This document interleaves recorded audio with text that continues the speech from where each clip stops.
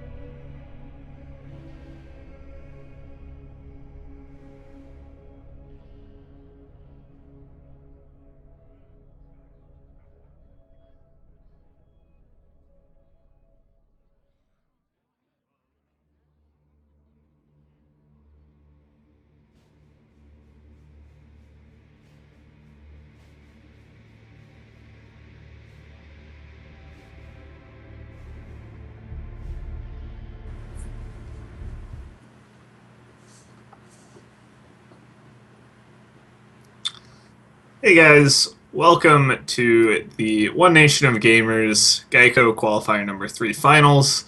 This is for the North American server. We're here with the 4 finalists, and today we're going to determine who's going to move on to the feature tournament to potentially win a trip to PAX. So I'm here with Hotform HS. How you doing? I'm good. Yeah, I look forward to these games. Always the people that make it through the open bracket until the final rounds of these qualifiers are really good players. They have lineups that have performed in 8 series in a row to get here. So I think we're gonna have some pretty awesome games today. Yeah, it's always interesting to see how the lineups kind of change each open qualifier. The meta really does shift every few days. Seeing classes like especially quite a few druids tonight. We even see a priest going to come up in our first match from VX14. Tonight we have quite a few new names. This first match might have some people you haven't heard of before. PP Cookie and VX14. You know anything about either of these guys? No, I've never seen either of them. I've never played against either of them either. So it'll be interesting to see. Yeah, you're right about the priest. Priest is very unusual in tournament lineups these days. So I'm really excited to see what VX's priest is actually looking like in these games, because there's a lot of different ways you can build a priest. Yeah, no warrior from him, no warlock from him, whereas PP Cookie kind of has the standard lineup. Yeah. So VX14 actually with that priest lineup, he beat Ari and Lead Paint. Lead Paint, who made the ESL finals, so he's beaten quite a few really proven open players. He self-proclaims his Druid and Hunter decks are net decks, but the Priest is his own creation, so we're gonna have to see what that is all about. But in game 1, looks like we're gonna have Warrior versus Druid. What are your thoughts on this matchup?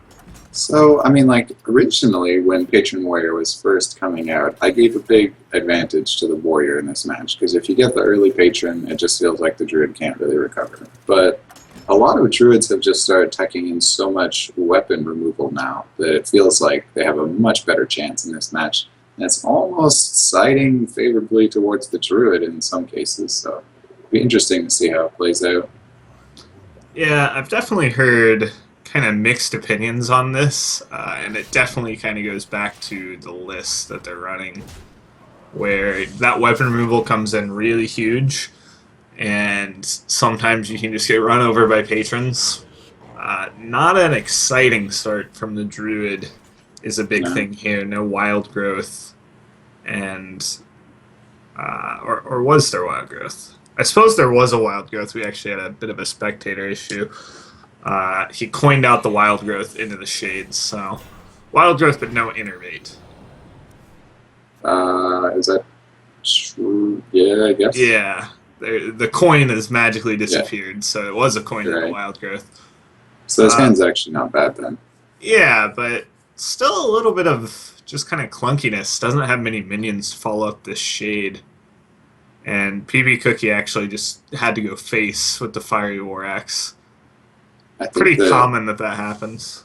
The shade in this match is one of the most important creatures to have, is the Druid, because all the other early creatures you play end up dying to weapons. So especially when they're setting up their Deathbite for patrons, they're just happy to kill something that you've played, like a Sludge Belcher. But the shade can't be attacked, so you get to save it and wait for later. Yeah, it also threatens the patrons later on, and there's really nothing the warrior can do about it, so you can't go for kind of the softer patron turns where you go for 2 patrons. You really have to go all in on the 4 patron, and even then when your opponent has a shade out and you go for the Inner Rage Patron Whirlwind combo, you're very susceptible to something like Wrath and a Swipe. But Hippie Cookie is playing the double Unstable Ghoul variant of the deck. I see a lot of people have started teching in the Unstable Ghouls, but many just choose one, and it's going to be a little bit dead in his hand in this match until he finds something to actually play it to synergize with an Acolyte or a Patron. Yeah, I feel like the Warrior might have been in a bit more trouble had the Druid curved out a lot better this game, but I mean, we're probably just going to see a swipe on the No Mission Minter here, just to keep the warrior board contained, set up a hero power kill on the unstable ghoul later, but you can't be feeling great about that if you're VX14. Yeah. Doesn't even kill the ghoul. He wants to Emperor next turn, so he knows the ghoul will still be on the board. I like not attacking it, though. Yeah, attacking it just really opens you up again to the weapons, especially, you know, as we see here, just a Deathbite attack, which then puts you in an even worse spot to Emperor.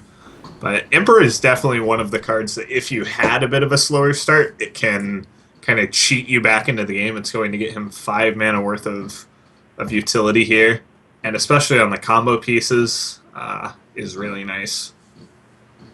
And Pippy Cookie's hand just needs a patron. He's got everything there. He's got a ghoul on board, Enrage, Deathbite, but it's all just utility cards right now. Yep. So might actually struggle here despite the Druid having a really slow start. The Shade has been growing this whole time and could threaten some of these minions eventually. It seems like he's thinking about the Emperor, but what do you think he's thinking about? It seems like a pretty good... I'm not sure. Okay, it looks like he was just thinking about the attack, playing around patrons. So really imagining something coming out of his opponent like Patron, Enrage, Execute, which would put him in a really rough spot. And 2 of those cards are in PP Cookie's hand. So while the attack doesn't feel great revealing your Shade, I do kind of like it. Playing a little safe, knowing he has a lot of gas in his hand with the Dr. Boom Ancient Lore. Yeah. He really wants to just push face damage now, but probably Cookie will remove all this stuff from the board here with like a Deathbite trade and, I don't know, Slam maybe? You don't really need to...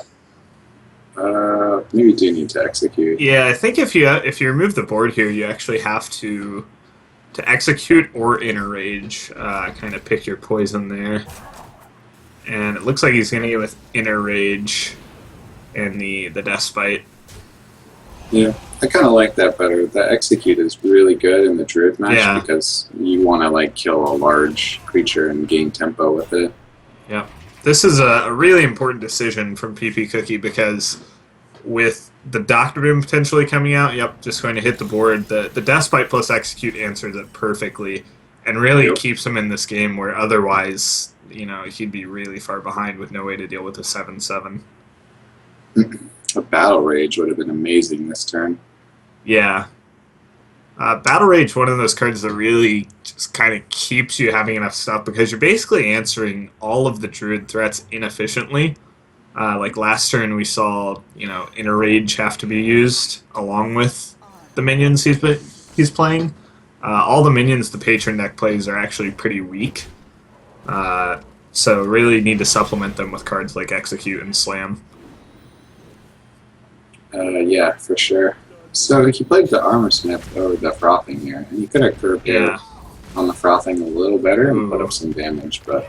Really rough bombs for him. Yeah. Face damage, really irrelevant right now, so he would have loved those to get a face, maybe go to the Armor Smith or Acolyte for 1 damage or 2, but instead he kind of got the worst bombs in that regard. He is piecing together a lot of damage in this hand with the Frothing Charge combo, but I don't think it's quite there yet, and I think the Druid could potentially outlast him even.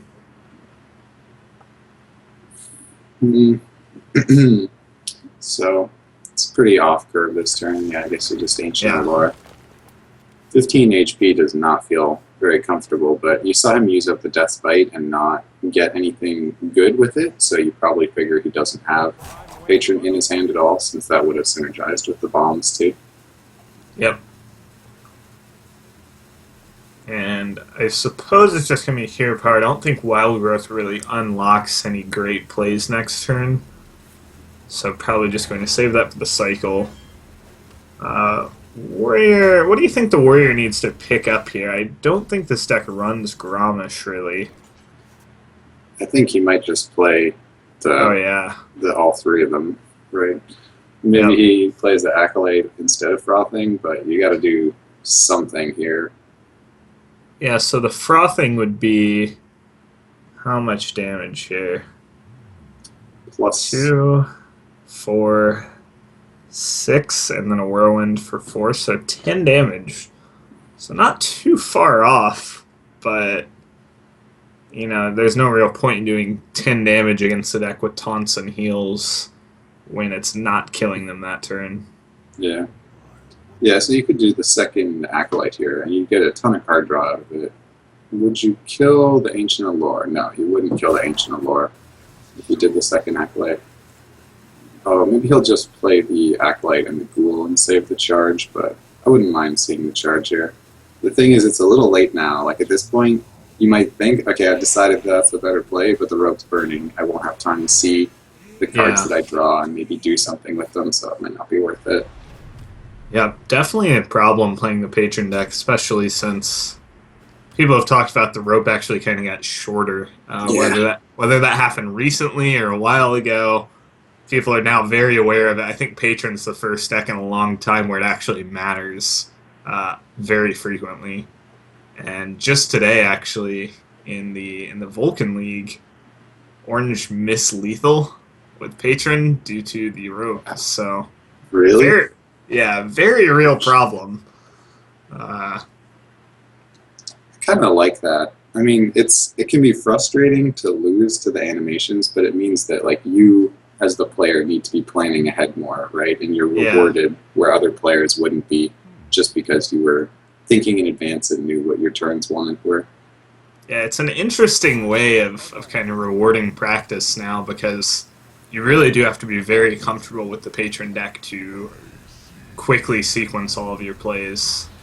He's going to go with Lotheb and Silence on the Ghoul. Alternatively, he could have Wrathed the 1/3 Acolyte and silenced the other one to only give one draw. This way, he also only gives... Well, he gives 2 draws this way, but it's not a huge deal. And let's see here. No spell activations. He needs some kind of draw off the Acolytes here to really make this work, I think. He can just run the patrons into the 2/4, but that's not very strong. Right now, he has 8 damage with the Frothing charge. If he could pick up something like another Frothing or the other Unstable Ghoul, but I believe the other Unstable Ghoul has already been used, so he's just going to go for it, actually, and I'm not sure what he can pick up because spells are disabled this turn from Lotheb. Combo next turn with the 2 5/5s is 21 plus 7, 28 damage. Yeah. Oh, there's another Frothing, Ooh. and VX kind of looks stressed, but I still don't think that's enough. I think he drew it 1 draw too late. Even 1 draw 2 draws too late, but He had 12 there. yeah. It's going to take him to 5, but again, that's not that relevant against That's the Druid exactly deck, and with exact lethal from the combo. Oh wow!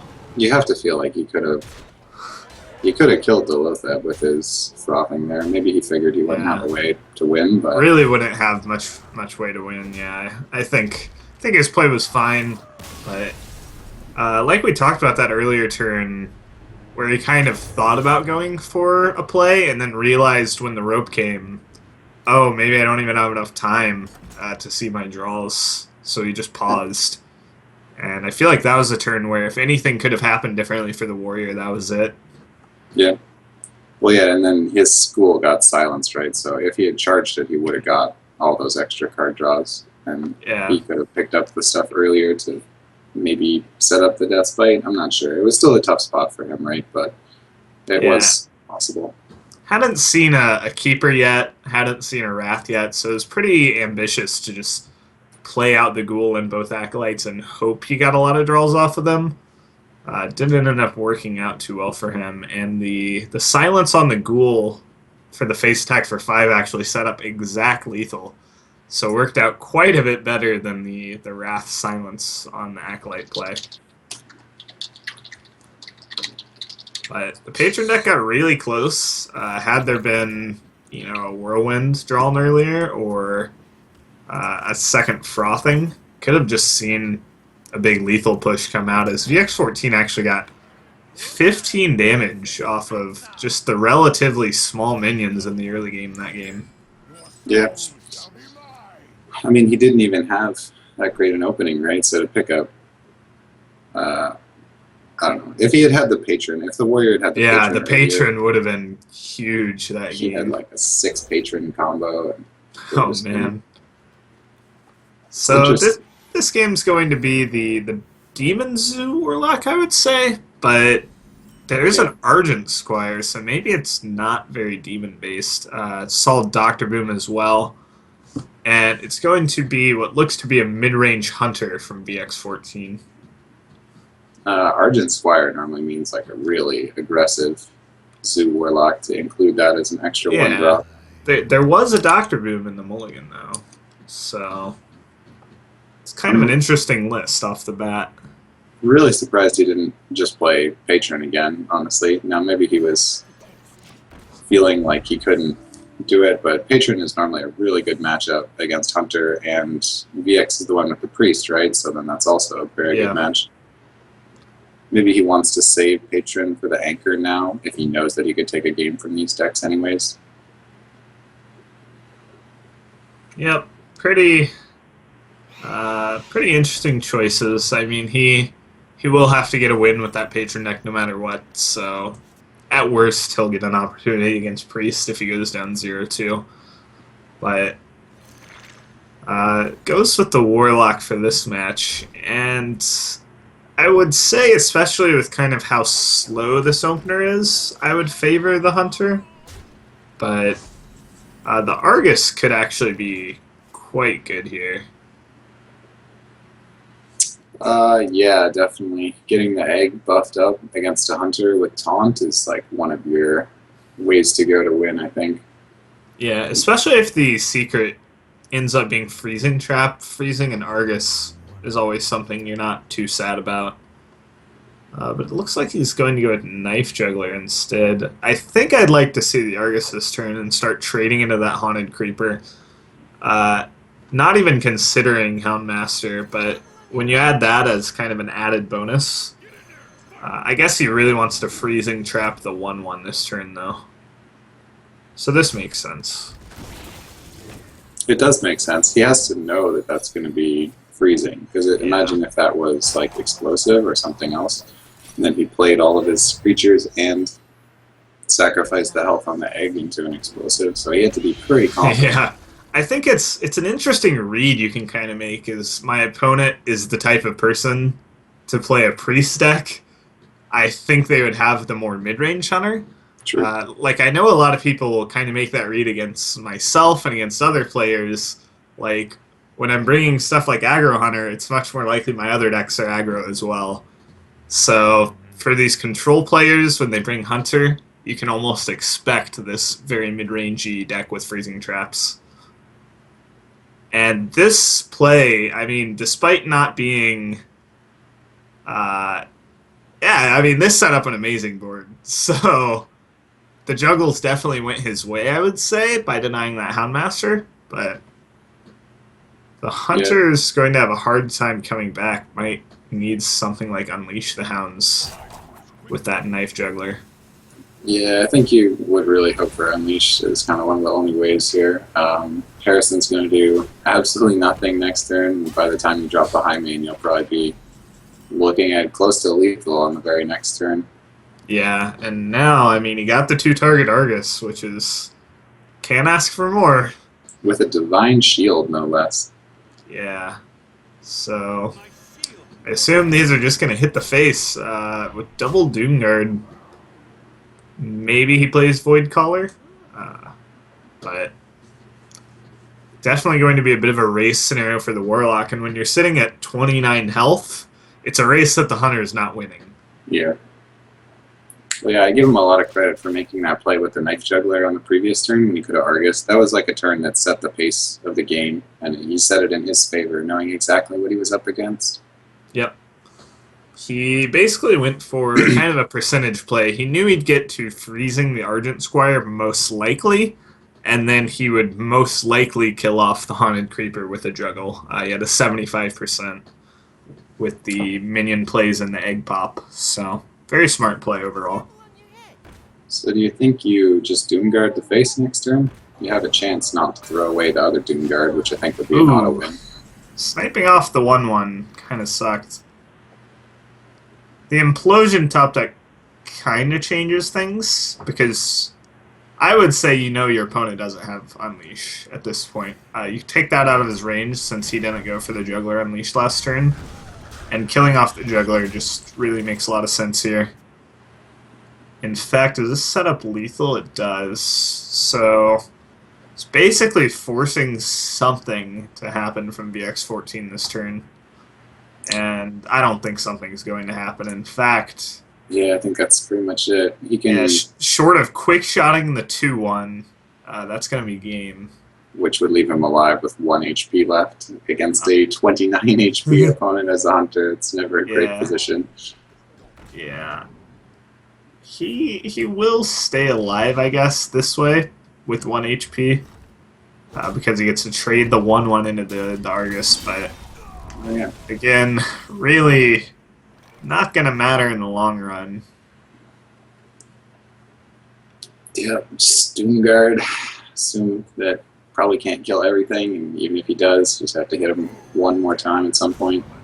Yeah, a Belcher would probably be the draw if you're the hunter here, and even that, not really great. So, gonna be a concede, and PP Cookie's gonna tie up the series 1-1, get the win with his Warlock out of the way, which I think is pretty important here. Priest traditionally pretty good against Warlock, and Hunter also pretty good against Warlock. Yeah, the Priest would definitely be what you want to match up against the Warlock, so it wouldn't surprise me if VX is a little put off about that. He has to face Priest against Hunter, really, I think, to have a chance, because Patron Warrior has an absolutely insane win rate in that match. The Priest just doesn't really apply enough pressure, and then you can set up your ultimate combo that you want to win. Yeah, I'm definitely interested to see what exactly is in the Priest deck.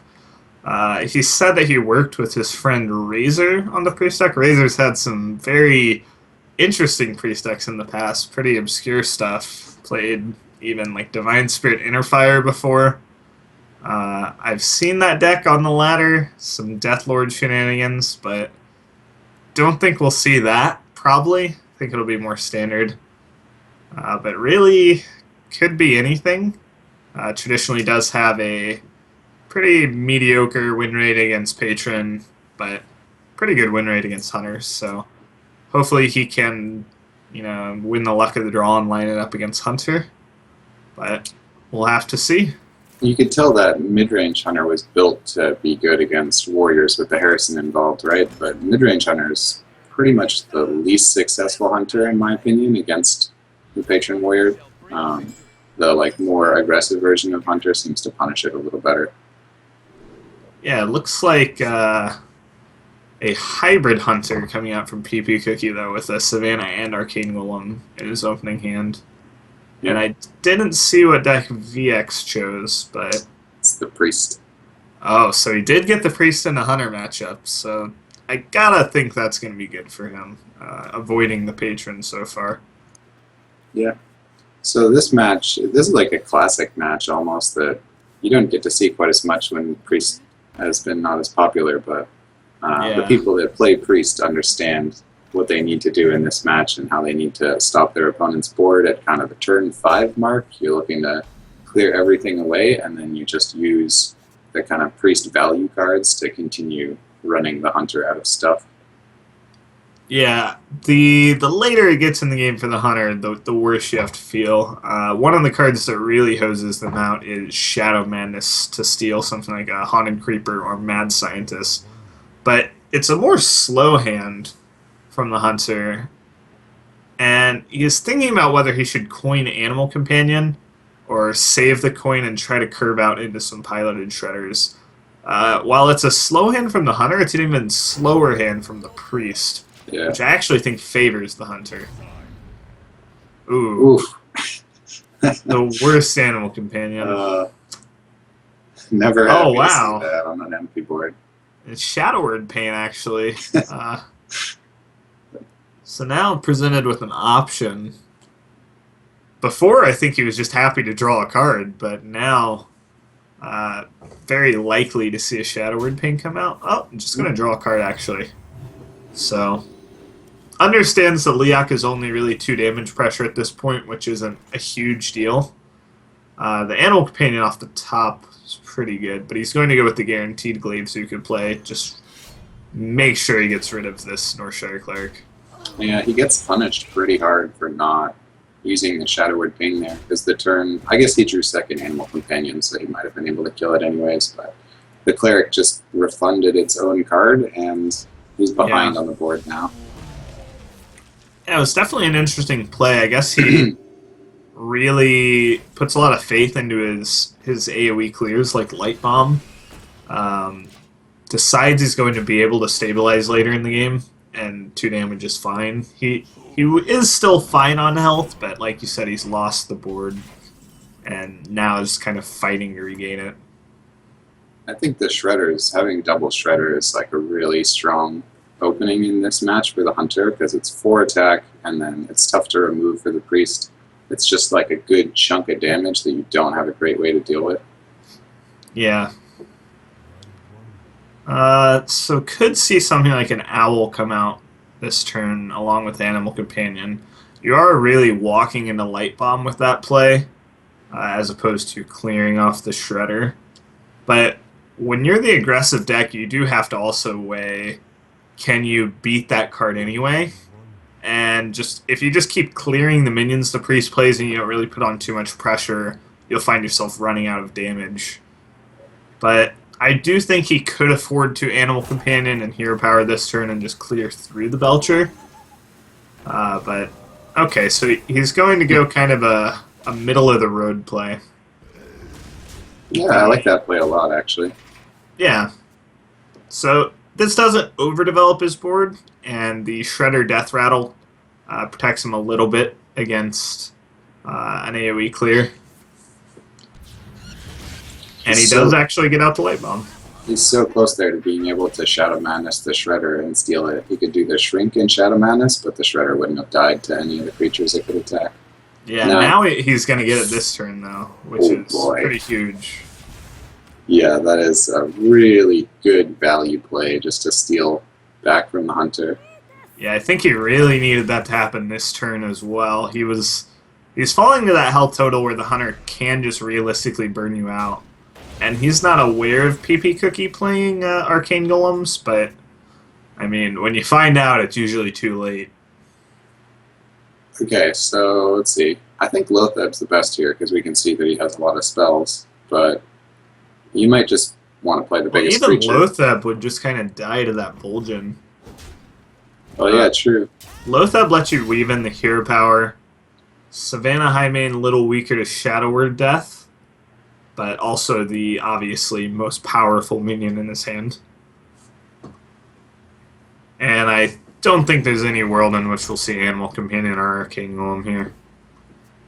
Yeah, you want to save those till later. You want to get like the static creature down first, and then you use the charges, which are going to be always effective when it's ready to kill him. Yeah, I actually wonder if there's any merit to just Holy Fire here. But with this play, you do get to kind of... Well, I guess you could play the Shrink Meister with Holy Fire as well. This play, he gets to get in the Hero Power, and he's still at a pretty comfortable life total. This is a tough spot. I mean, you got the Priest at 17, but you don't really have much finishing power. You're hoping that the Animal Companion gives you, like, a Huffer or Misha, I guess, actually. I think Misha's actually really good here, yeah. In combination with the Lotheb, your opponent would have a really tough time getting through it. Yeah. And the verdict is secondly up. Ouch. Well, this enables the Unleash, so there's that. Yeah, guess he just changed his play based on the Animal Companion that came out. And he just goes for the double trade. That actually worked out pretty well for him. I mean, normally Leok is the one that you think, oh man, it's going to get Caballed, and then he gets the creature. But in this case, there was no Cabal, and he just used the same thing to kill that would have killed every other animal. But he doesn't get to keep his creatures alive because the Unleash was more powerful. Yeah, the things aren't going too badly for the Hunter as far as, he is clearing the priest threats, but he's not getting too much pressure going, and if he trades here, he's basically trading in damage to save slightly more damage, which probably just isn't going to work out. I mean, the Death Lord could fetch him something like a Savannah Highmane, which would be pretty huge. This worked out really well for VX. I mean, that turn was still looking pretty questionable where he could Vol'jin, but he had no way to kill the creatures, and he would just take 8 damage. For picking up the Death Lord, it kills every creature that he can play, and he's just going to get to defend for this turn and probably probably Light Bomb next turn. Yeah, the Light Bomb I actually think could just lock it up next turn. He's going to fall really low, and the Deathlord activation could bring out something really threatening, but no matter what it brings out, the Light Bomb should be able to clear the entire board. You think that's right to trade the Juggler and not the Arcane Golem? You get the 1 extra face damage, but you lose the Juggle threat for later. Yeah, I like the 1 extra damage here. You're really looking to burn out your opponent. Can't rely on Juggles with an empty hand, I think. Wow, VX with the second Deathlord. I mean, that just curves with the Light Bomb. It's like every single one of his cards has been beautiful except the Mind Control this game. Yeah, really all you have to worry about after that is Quick Shot into Kill Command.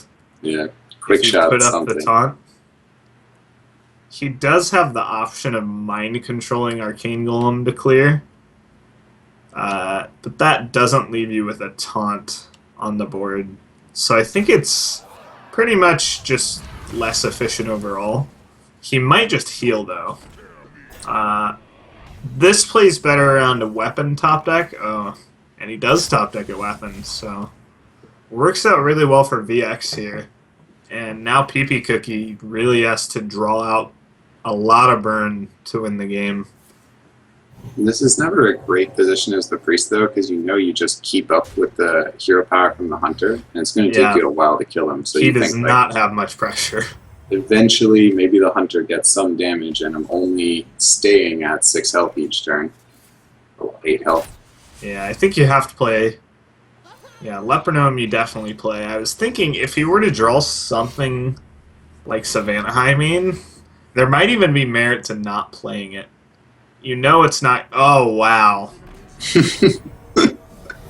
You see VX scratch his head there like, yep, that was a good play. I'm going to take that. Helps out quite a bit.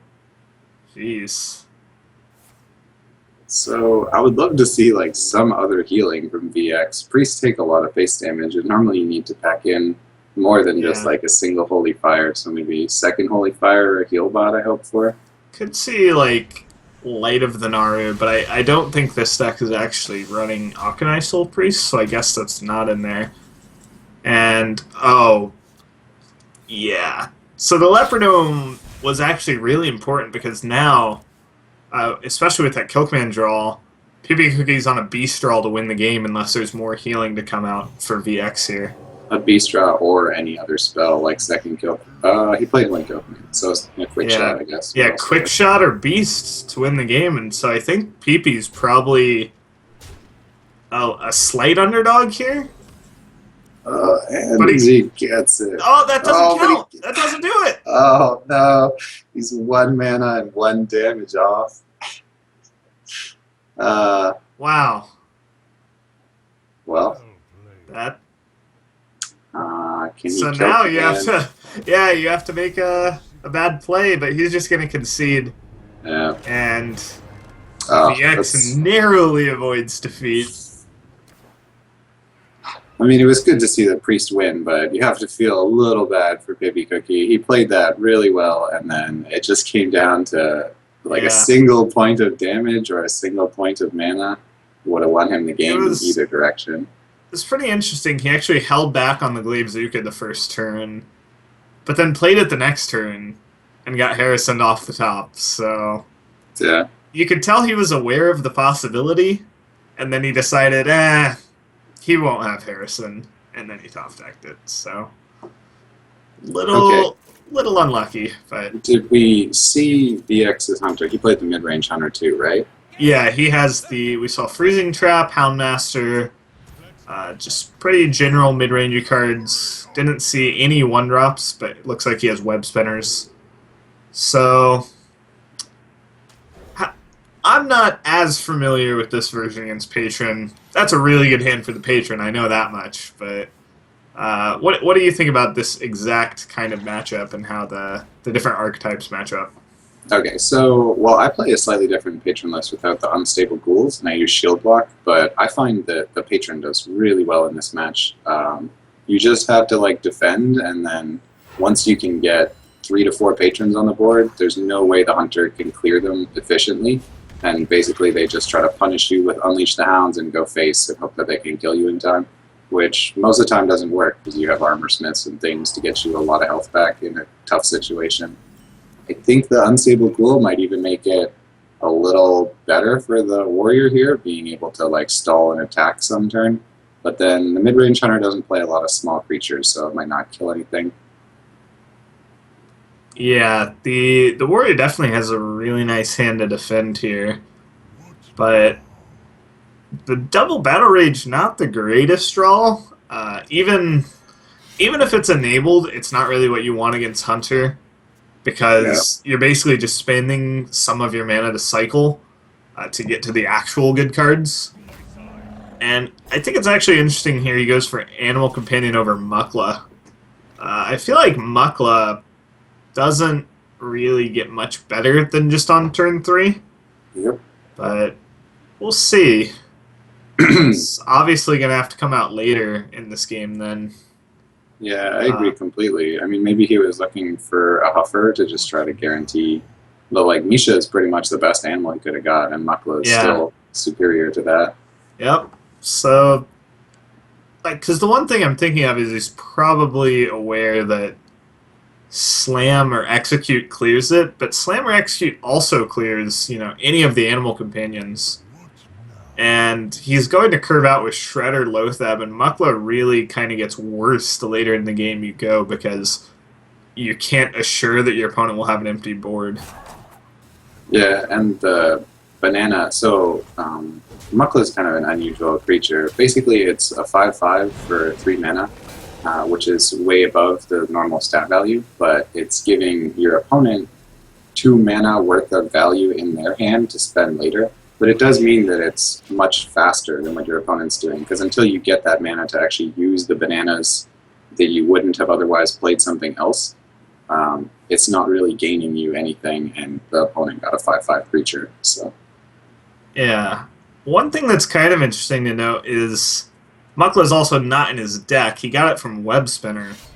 And so it can kind of come back to, if you haven't played with King Mukla a lot, he's kind of in the aggro paladin, in the old aggro rogue decks, but really not in hunter decks. And VX has looked like much more of a control player with the priest deck.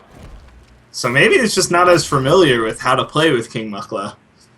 Really just got to throw him out there as early as possible and try and get him for 5. GEICO. So I think this is fine for the warrior. You can just trade and hit with a Death Bite and try to set up Patron. You're looking for one good draw here, either a Whirlwind or an Inner Rage, and suddenly you have a game-winning position. Yeah. Really, the warrior can get pretty low in this matchup. It's not the aggro hunter. It's the much more slow version. The Savannah off the top's crippling, though. Yeah, he didn't get any good draw here. You might just Patron with 2 patrons, because you know you're going to start taking a lot. But like Emperor would have been perfect right now. Drop Emperor, he has to be killed somehow, and it would enable you to do charge combo, which would kill the hyenas that spawn from the high main and give you more.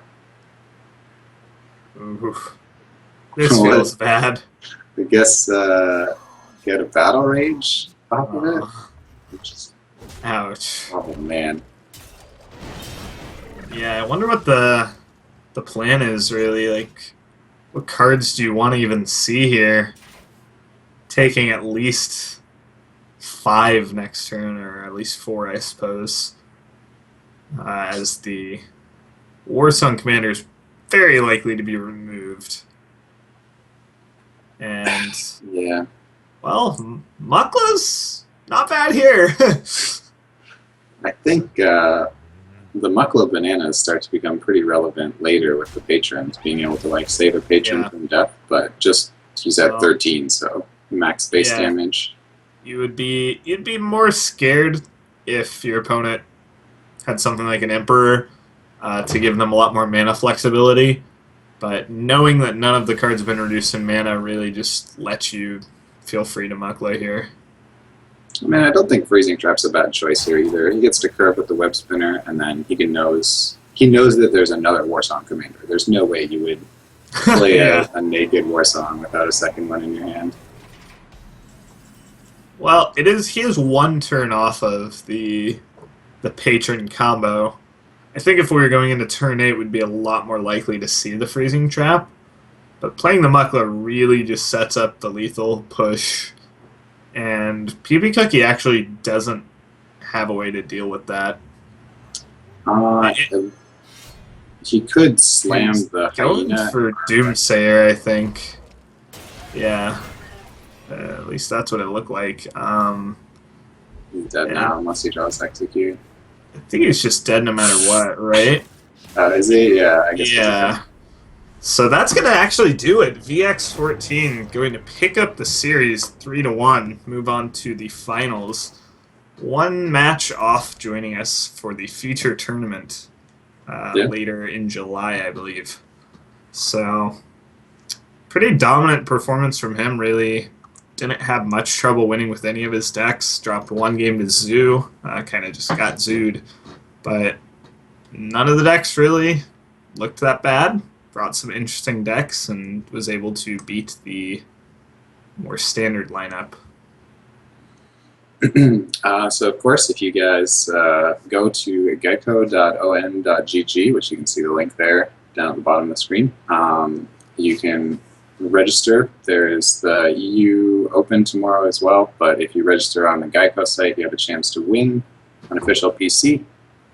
It's a really good computer, and then also it supports esports just by doing that. Even just like signing up and then just for the PC and not really doing anything with it, it shows that it gets interest in the company, and that's what Geico likes to see so that they sponsor future tournaments. So it's a really easy way to help out. Yeah, big shout out to them. This is actually, it's a circuit of 16 completely open tournaments. So for you viewers at home, basically, you can join these tournaments just like these players can, and maybe you could even be here. But for now, we're going to take a 2-minute break before we bring you the second semifinal and see who will join VX14 in the final.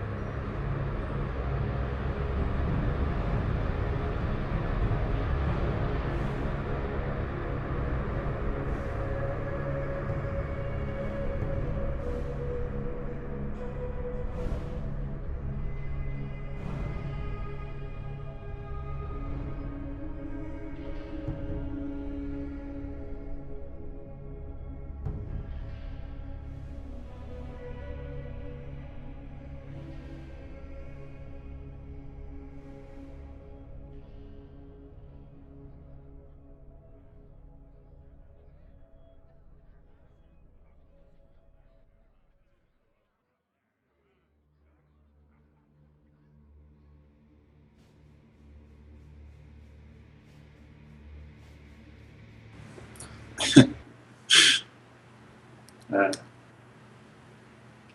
Hey guys, welcome back to the ONOG NA Qualifier number 3. We are back with the second semifinal between Handsome Guy and Juked. And we have quite a few new classes in this match even. Got Rogue and Shaman entering the fray. yeah. So the Rogue Druid combination with Patron Warrior seems to be something we're seeing a lot, where people that pick Rogue often pick like the combo Druid, and I guess somehow they feel that those are complementary, or maybe they're just the decks that they assume to be strongest at taking on other lineups, but it seems really common that they combine those two together. And then, of course, the Patron Warrior for Handsome Guy. And we see, once again, the other player not bringing Patron Warrior, which... Yeah, Juked actually said he's never played Shaman before today. This is in regards to yesterday's tournament.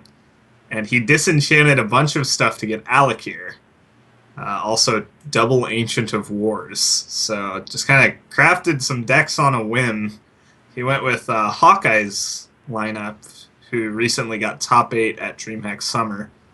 So he's just kind of playing someone else's decks, saying, hey, they're pretty good. He says he respects Hawkeye immensely, and hey, he made it here. So obviously, very great lineup, very proven. Yeah. And Handsome Guy, Korean player, kind of well-known, not for all the right reasons, but he actually had quite a few mistakes, kind of known as the Lightwell guy, infamously from the Video Game House Cup. No priest deck today, though, so... Hopefully, yeah. Hopefully, not any crippling mistakes today. Much more standard lineup, kind of the same story as last matchup, where we see 3 of the more standard decks going up against Shaman, which is really the only non-standard deck from Juked. Do you know what type of Warlock Juked is playing then? I believe it is. Would it be Malagos Warlock? I think Hawkeye played. It's Malagos or Handlock. It's not Zoo, I know that. Right. There's so many types of Warlocks now. It's like you see a Warlock and it could be one of 5 different decks, possibly. Yeah.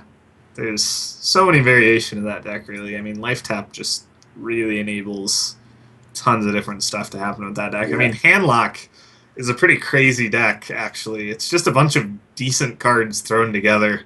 It's kind of like sometimes you aggro them down with 8/8s, other times you stabilize with Moltons and heals. Yeah. I always refer to Handlock as an extreme deck. It just seems like something that is hitting like the maximum levels of certain parts of Hearthstone. Yeah, it just uses all the crazy stuff. It's got heal, taunt, aggressive stuff, removal, direct damage, draw, all the stuff. But for the first game, looks like Druid from Handsome Guy, and we'll have to see. Juked actually went with the Shaman. So Shaman first. This is probably the best match for Shaman. Shaman typically has pretty good play against Druid. I think you have to be pretty happy to get Shaman into Druid. If you're going to bring Shaman, that's probably one of the matchups you want to see. So we can't see the Shaman's cards yet. Double Shade is really good because yeah. It's going to get out of range of Lightning Storm, probably before a Lightning Storm will even be had. Yeah, Harrison Jones could be important. I'm not entirely sure if we'll see weapons come out from Juked. And Juke's hand is a little kind of awkward. Yeah, he's going to decide not to Feral Spirit this turn because it would really screw up his curve, and he'd have to totem next turn anyway. Yeah, I mean, to not Feral Spirit there, I agree, it makes his curve better with the 2 Shredders, but I think a lot of Shamans would just Feral Spirit immediately on turn 3, knowing you get the Overload out of the way, you get to start a bit of extra face damage that way too. Yeah, I'm not a huge fan of Feral Spirit. A lot of players have cut it. This list, I believe, runs 1, and it's just in general pretty awkward. Not very good against Patron Warrior, not very good on turn 3, not very good on turn 5 because it blocks out your Fire Elemental, and so it's more of a late game card to stabilize. Definitely going to help put him out of range of stuff like Druid combo, but... Yeah, it used to be a really good 3-drop, right? But when they Yeah. introduced Spider Ooh. Tank and all of the more potent 3, 4, 3 drops, Of course, the first shredder drop against Handsome Guy is a light well. Oh man, just very fitting. but yeah, when they introduced like Spider Tank or Dark Cultist, for example, trade 2 to 1 on the wolves, and those only cost a flat 3 mana, whereas the wolves are 5 mana essentially. So Yeah. it feels a little dated now, maybe, but you do get the taunt out of it, so it has some really good situational ability. The the 3 mana slot has really gotten a lot more powerful since Naxxramas and GVG hit. Back in the just original vanilla days, it was regarded as a pretty powerful card, and now, like you said, not so much. I mean, the Shredder is a little slow here. You really wish you had like a Rock Biter with the Shredder to kill one of the Shades. But he does have the Fire Elemental for next turn to make sure that he can kill. Okay, so this works out pretty well for him, that he can trade on the 4/4 and Fire Elemental the 5/3 to get board Yeah, advantage. yeah. I think the Lotheb really obviously didn't do much. Really nice shredder drop as well, Yes. and kind of it looked really good for the Druid, but he only really pushed 4 face damage, and both of the shades are dealt with now, and the Lotheb is challenged. Well, so Sylvanas would be really good here because we can see the Shaman's hand. But Yeah. Shaman has the ever powerful Hex for 3 mana to remove it completely, which would be devastating. Yeah, one other play if you really just want to clear the board, you can Hero Power and keep her off the 2/2. But I feel like the Sylvanas play is pretty powerful here. Even if it gets hexed, you're not too unhappy. He's going to trade, which I think is pretty interesting. Shaman's only real way of punishing 5/5s is something like Crackle. Yeah, I think face damage was really important there too, because you know that a Shaman is probably not going to heal much, so anytime you can set their health a little lower, it's getting you closer to that combo advantage. Yeah, generally the Druid is the aggressor in this matchup rather than the Shaman.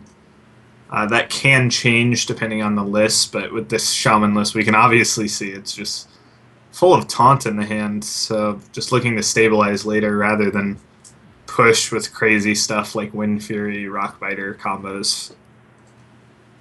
What do you do here? You hero power one of the bombs, hope it hits Sylvanas, trade Sylvanas on the other bomb, get a 50/50 to steal Dr. Boom. Yeah. It looks like he considered Savage Roaring there. He could guarantee he could clear the board and guarantee a steal on the 2/2 Divine Shield. That's actually not too bad. He even gets to check the bomb first. So he's going to want to keep her the other bomb.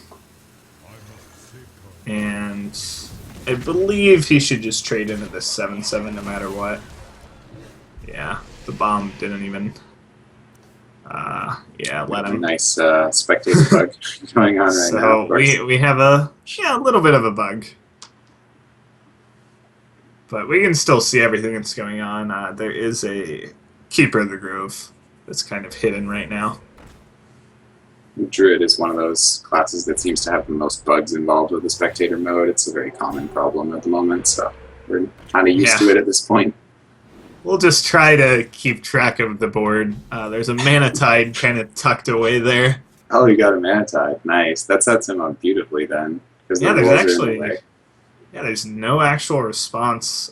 Pretty rare that Druids just don't have, anything to deal with it. He has used a Wrath and a Keeper though, so pretty, aware from Juked to play out the Mana Tide.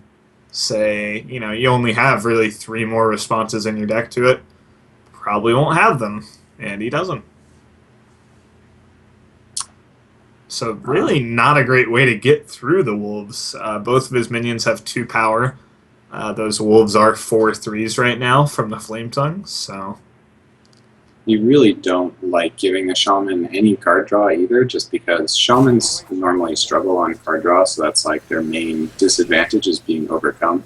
And then also shaman cards are typically really high tempo cards, so when they pick up a lot of extra stuff, they can shut down your big plays in like really quick fashion and still build a board up for themselves. Yeah, so I would say the shaman's pretty happy with what's going on. Actually, ahead on cards. He is a little overloaded this turn, but can still make some plays. He can go for a fire elemental, he can taunt up the egg and something else, or he can make maybe a lightning storm play. Goes for totem. So I would think this is going to be lightning storm then, but not entirely sure. He didn't get a spell power. That would have made the decision really easy. Like, it still doesn't really deal with the stuff. I would have almost just preferred Fire Elemental there to have, like, a guarantee. Yeah, the 6/5 is a really big body and guarantees a kill on one of the shredders. See, now this is really interesting. It doesn't even play the storm. Yeah, it just floats the 3 mana. I don't know about that. That's definitely a little strange. So we're going to see if we can fix this spectator bug real quick. Elbowing through the crowd, through the spectator bugs. Oh, man. Yeah, and back to us for now. So, hey guys. So this is the first match of the series still, which means this is really important for the players. If you can beat the shaman here, you might be really confident that your rogue or warrior can take that as well and just get a nice 2-0 lead. Okay, so now we have a much cleaner view of the board. And it looks like pretty much a board clear from the druid side. He used Force of Nature and Hero Power that last turn just to manage the shaman's board. And the shaman from the Mana Tide and the Draw picked up a Sylvanas and Big Game Hunter.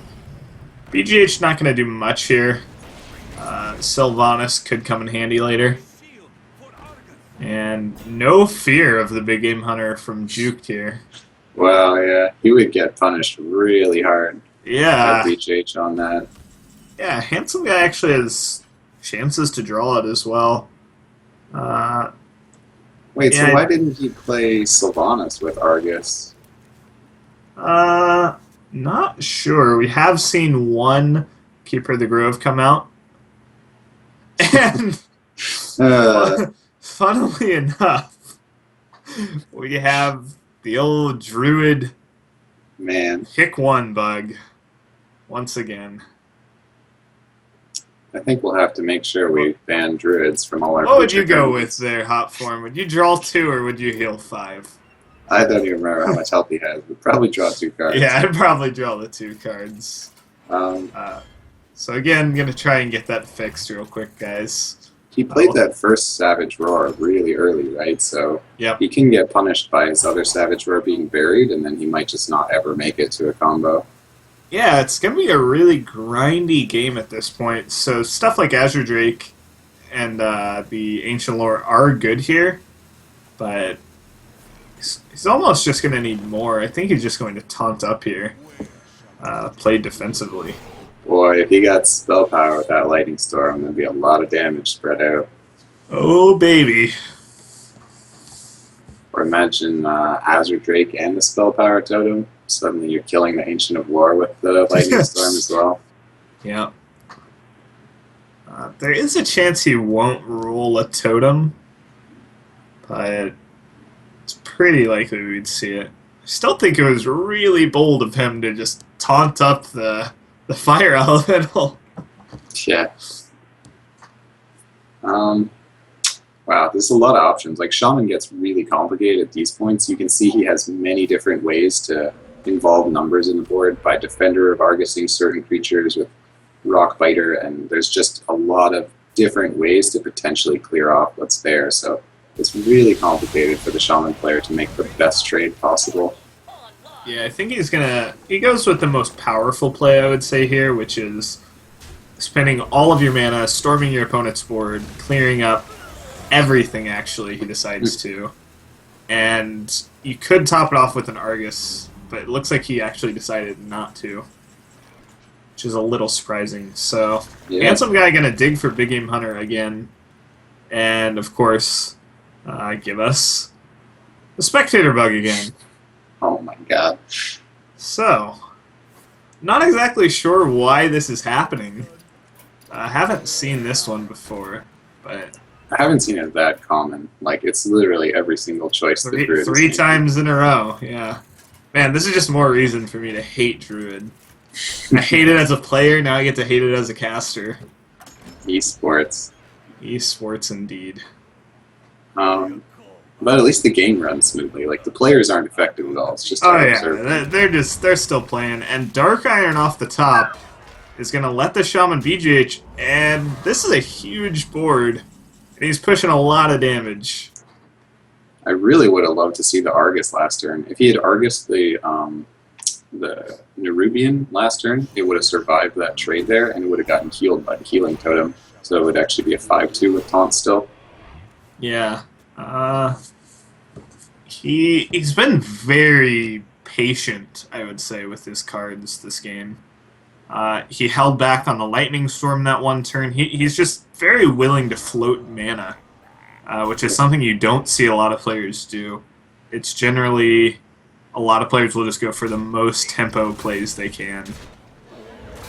Holding back the Lightning Storm paid off really well, though, when he got the 4. Yeah, he got even more value, so that was really smart. And this Fire Elemental has put in so much work with that healing totem. Is he dead?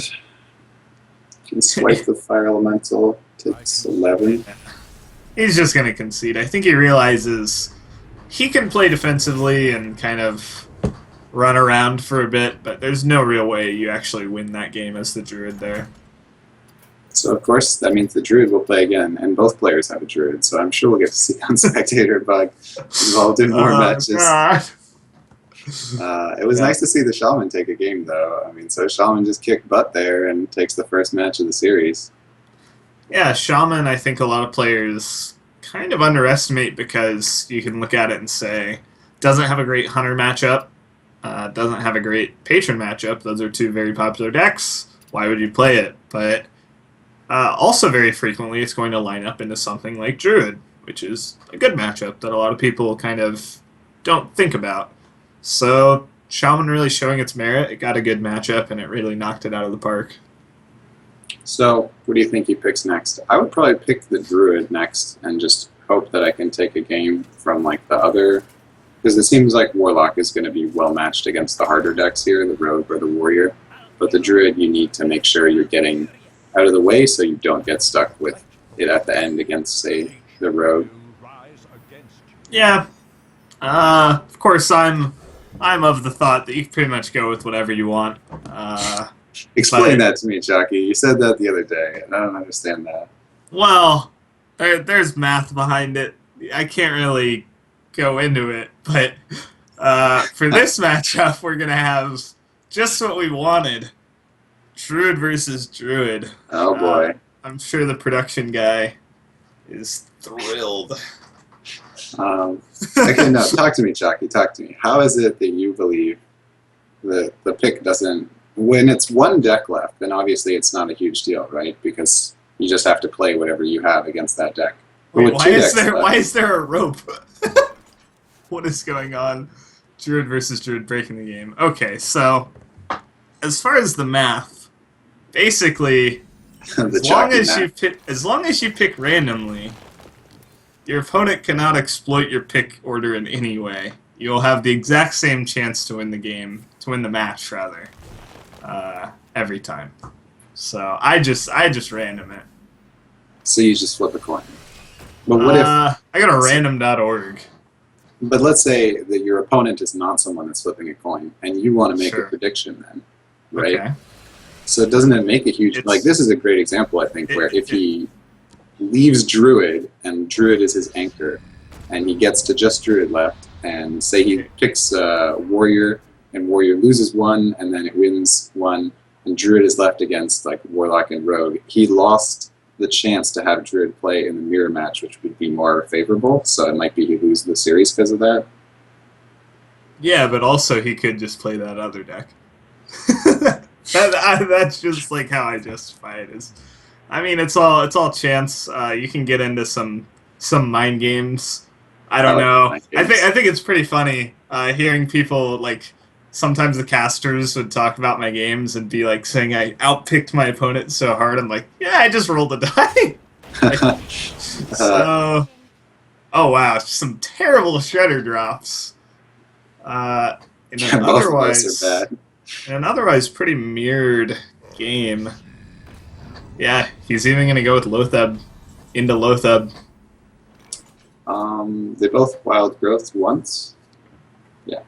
This is pretty weak to Keeper the Grove, actually.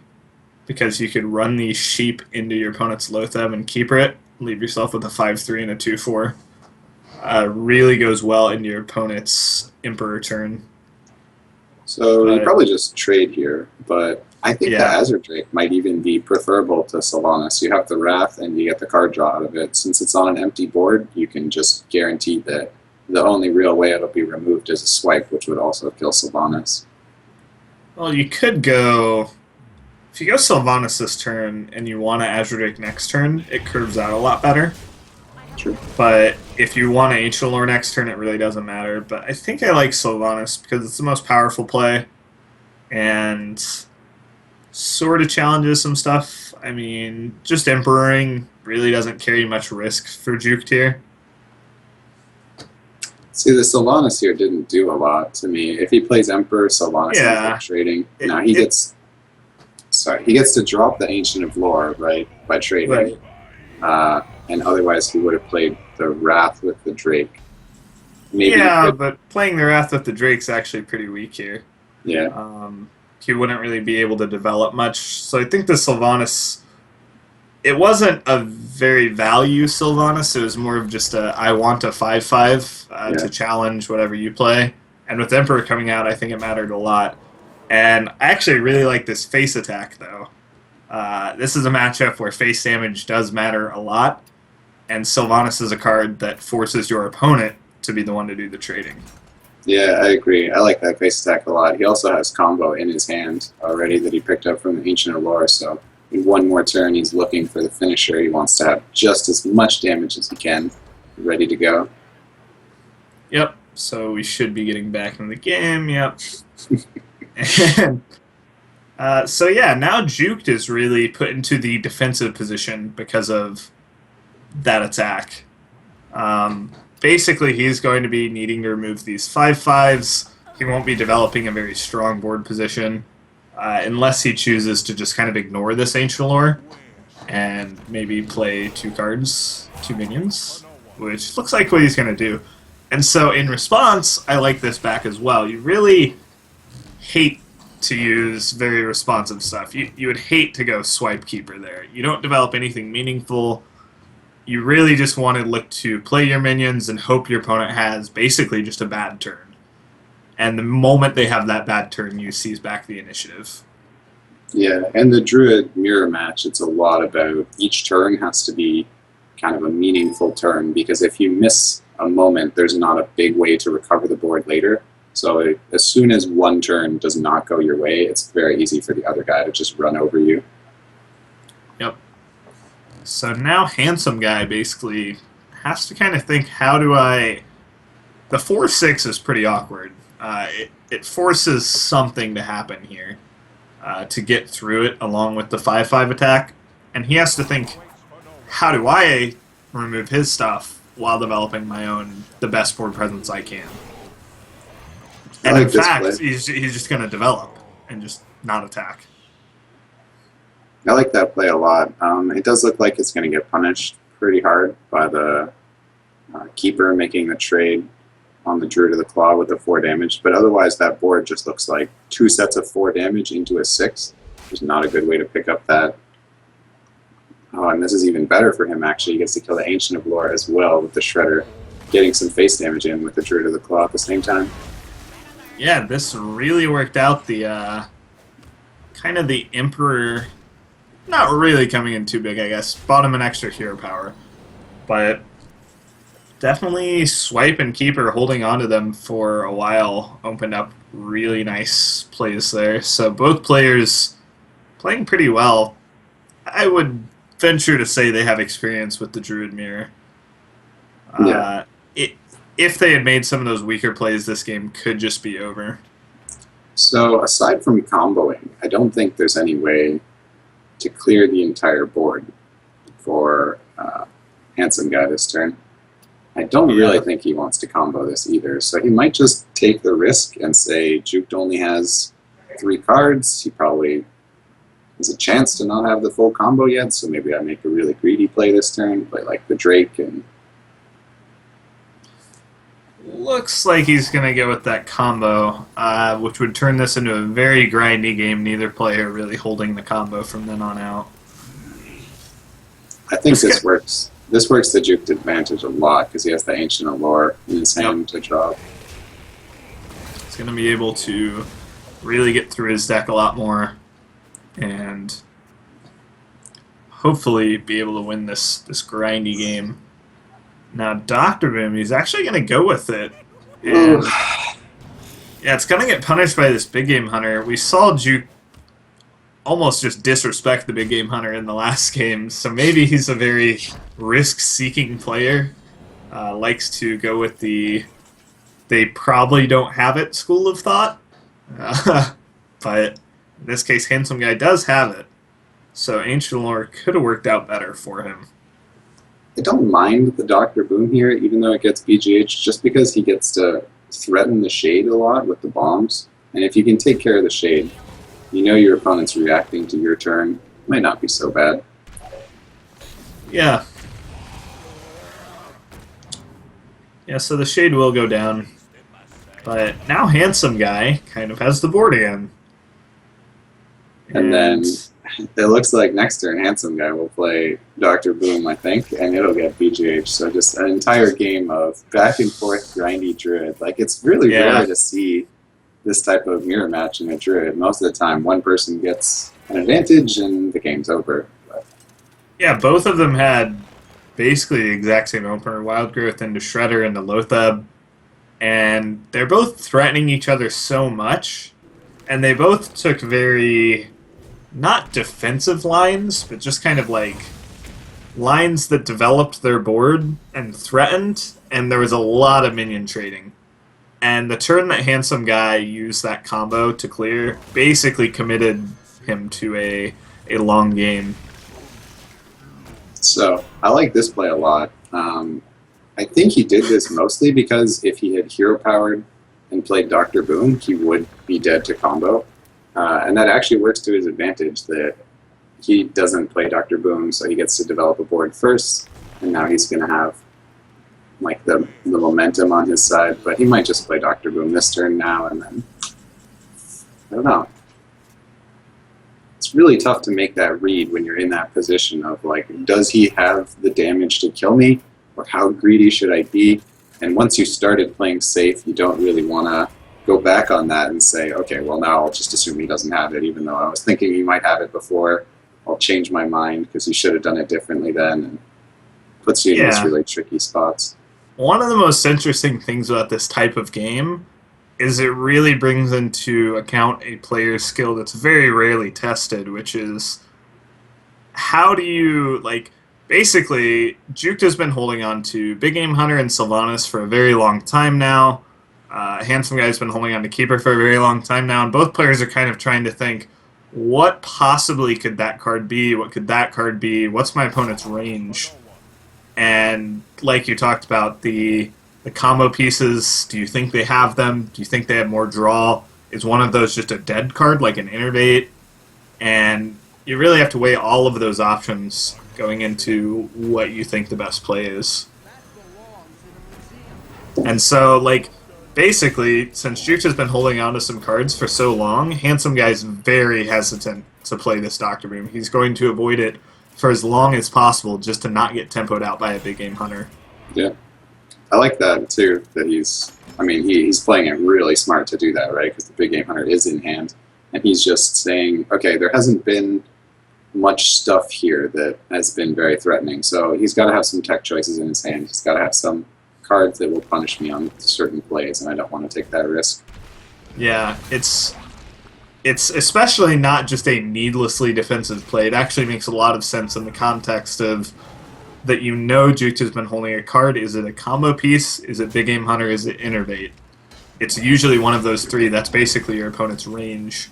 And he's decided, the odds that it's Big Game Hunter are high enough that it's worth not playing this Dr. Boom for as long as possible. So he hero powered there. He had the ability to innervate Sylvanas and would leave the 2/2 on the board, but he wouldn't die to that. And instead he only has the 1/5/3 on the board. I think the innervate might have been better there, because innervate is not going to be super useful as the game goes on. Yeah, I think I would have liked that. Well, one card in hand, and it's Dr. Boom. He really doesn't want to play this Boom. But yeah, now the Innervate's definitely going to come down, and Juked is basically in a really dominant position, especially with the way that Big Game Hunter and Dr. Boom line up. And Innervate, not what you want. But, besides Handsome Guy holding back on this Boom, it's also very important that Juke's holding back on this Big Game Hunter. Sometimes you do get into a spot where you think, okay, I'll just throw out the Big Game Hunter for tempo, I need the body, but he's been very diligent in holding it, and now he gets basically rewarded. Handsome Guy literally had to play Dr. Boom, though. So, there's probably only 10 cards left in Juke's deck, and 2 of them are Savage Roars. The moment he draws that Savage Roar, the game is won for him. Yeah. I can guarantee he's sitting there thinking, where is my Savage Roar? This game has been going on so long, the Druid has already comboed once, and I still haven't had anything put together. But well, sometimes it can actually be, in these more grindy matchups, Savage Roar is one of the cards you don't really want. Obviously, this turn, you would love to top deck it and just win the game, but yeah, totally. I think he's pretty much going to coast through this game without really needing a Savage Roar. At this point, he's basically put his opponent into checkmate. There's really, Azure Drake Swipe? I don't know. Emperor on your Innervate? Not even going to do it. Handsome Guy's just going to concede and actually fall down 2-0. That was a really well-played game. Sometimes Druid mirror matches can be a bit lackluster, but they both had a good start, and they both had just like an opening that was similar enough that we got to see it taken to a point in the battle where like a lot of decisions were made, and you get to see the complexities of the Druid match there when you're trying to gamble on greed versus safety and just make your plays better than your opponent each turn. Yeah, a lot of choose ones, that's for sure. But we did actually get to see a lot of decision making coming in that last match. Always good to see in mirror matches. And now Juke basically just has to win with this Warlock deck to lock up the match. And you kind of touched on the fact that Warlock is pretty likely to take a game off the Rogue or the Warrior. Druid might not be the greatest matchup, but it's not very likely it gets 3-0'd. So obviously Juke's in a great position here. Yeah, if it was maybe 3 aggro decks, there might be a chance it gets 3-0'd, but with these more mid-rangey, control-ish decks, I think the Warlock is going to be very strong. Yep, so it looks like it is Malagos Warlock, which has a better matchup against Druid, a little worse against Rogue, and roughly the same against the Patron Warrior. But if it is a control warrior from Handsome Guy, which I very much doubt, then Juke would be very favored. You think the Malagos Warlock is really favored against Control Warrior? Yeah, definitely. I always thought that Control Warrior was actually like one of the things that stopped it pretty well, because you can get above the Malagos combo. Yeah, I think it's very comparable to like mid-range Shaman against Warrior, where basically rather than going for a combo kill, you just draw 2 cards a turn and really just kind of grind them out. You've got the heal bots, and really the only way you can lose is by dying really fast. Armor doesn't do much if you keep getting in the repetitive damage, but don't think we'll see that matchup, actually. Probably just going to be... Did we just see a Wrath for 1? On an Imp Gang boss. Imp Gang boss. Okay. Yeah, I don't know that one. I'll take things I didn't expect to see for 500, but... He could have cleared the gang boss and had 2 imps on the board, which would then be swipeable next turn. He would have had to coin for it, but... I think, basically, okay, handsome guy kind of thinking, unless he misclicked, which I don't think he did, but... kind of thinking, okay, Swipe's going to clear that Imp Gang boss. That's what Swipe does. It always clears Imp Gang boss. Except, I believe that was actually fixed, according to the patch notes.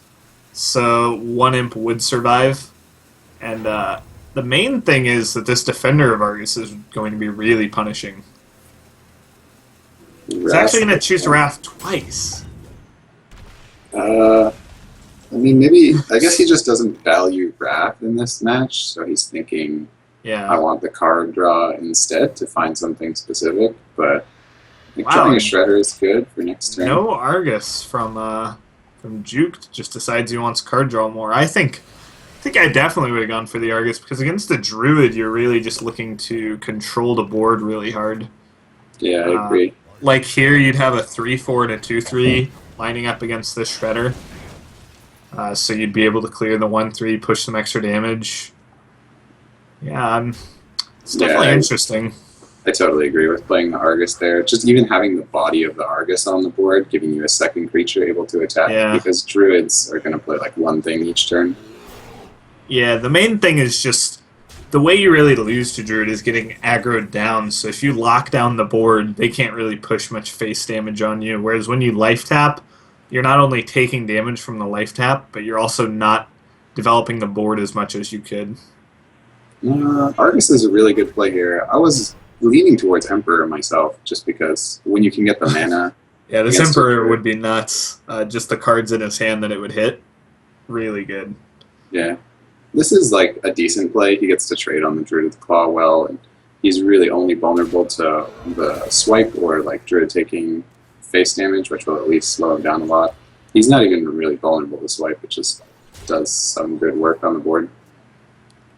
Yeah, and it almost forces out a swipe. Like, you can't be too sad to see a swipe here if you're Juke. You just get to play an Emperor on an empty board. And, I mean, it's a ridiculously powerful Emperor. Yeah. Malagos in hand, both Dark Bombs. Hitting both Dark Bombs, hitting an Abusive Sergeant and a Big Game Hunter, which is incredibly important against Druid. Because they don't really have much Big Game Hunter targets, but when you can combo it with the Abusive Sergeant...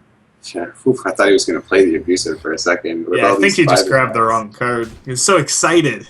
It's like, got the Emperor off. Oh, baby. Oh, this is an absolutely dominant position now. Yeah. Really not much happening here for Handsome Guy. Kind of going back to it, he not only had a slow start, but he also went for a very slow turn 3 where he used up his coin and both Wraths just to cycle. Yeah, like literally just a cycle. He did 1 damage to an Imp Gang boss and then killed the Imp that spawned from that. So now...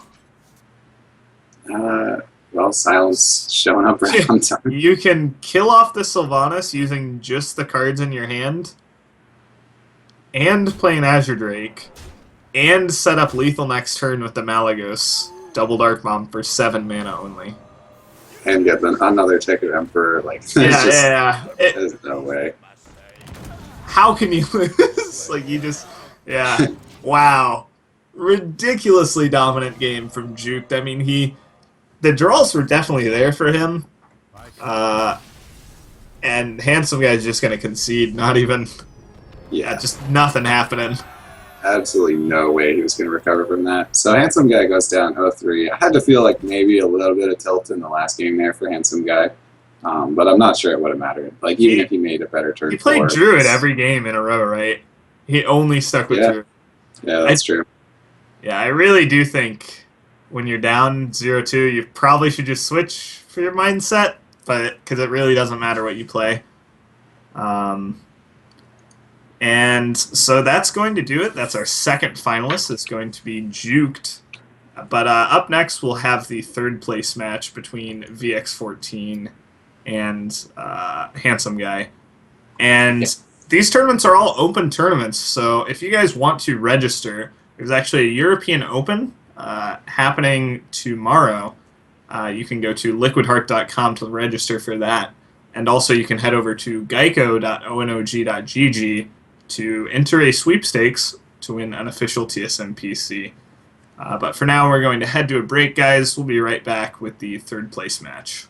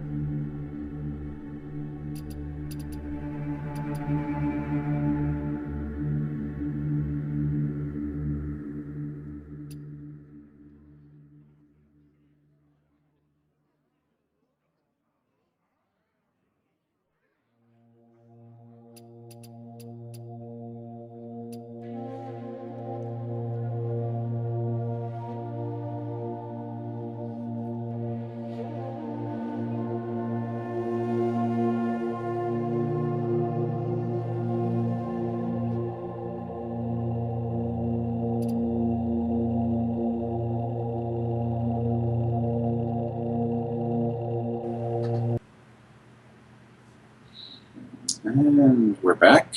So welcome back, guys. We are going into the third place match here. So these players still have something on the line. I think it's a difference of $50 in prize money and the GEICO points, which if you place well with the GEICO points, you can get entered into the tournaments anyways because they have spots for the top earners of the points. So these guys do still really want to win this series. I'm joined, of course, by Chucky, who's been casting with me all day. Welcome. Yep.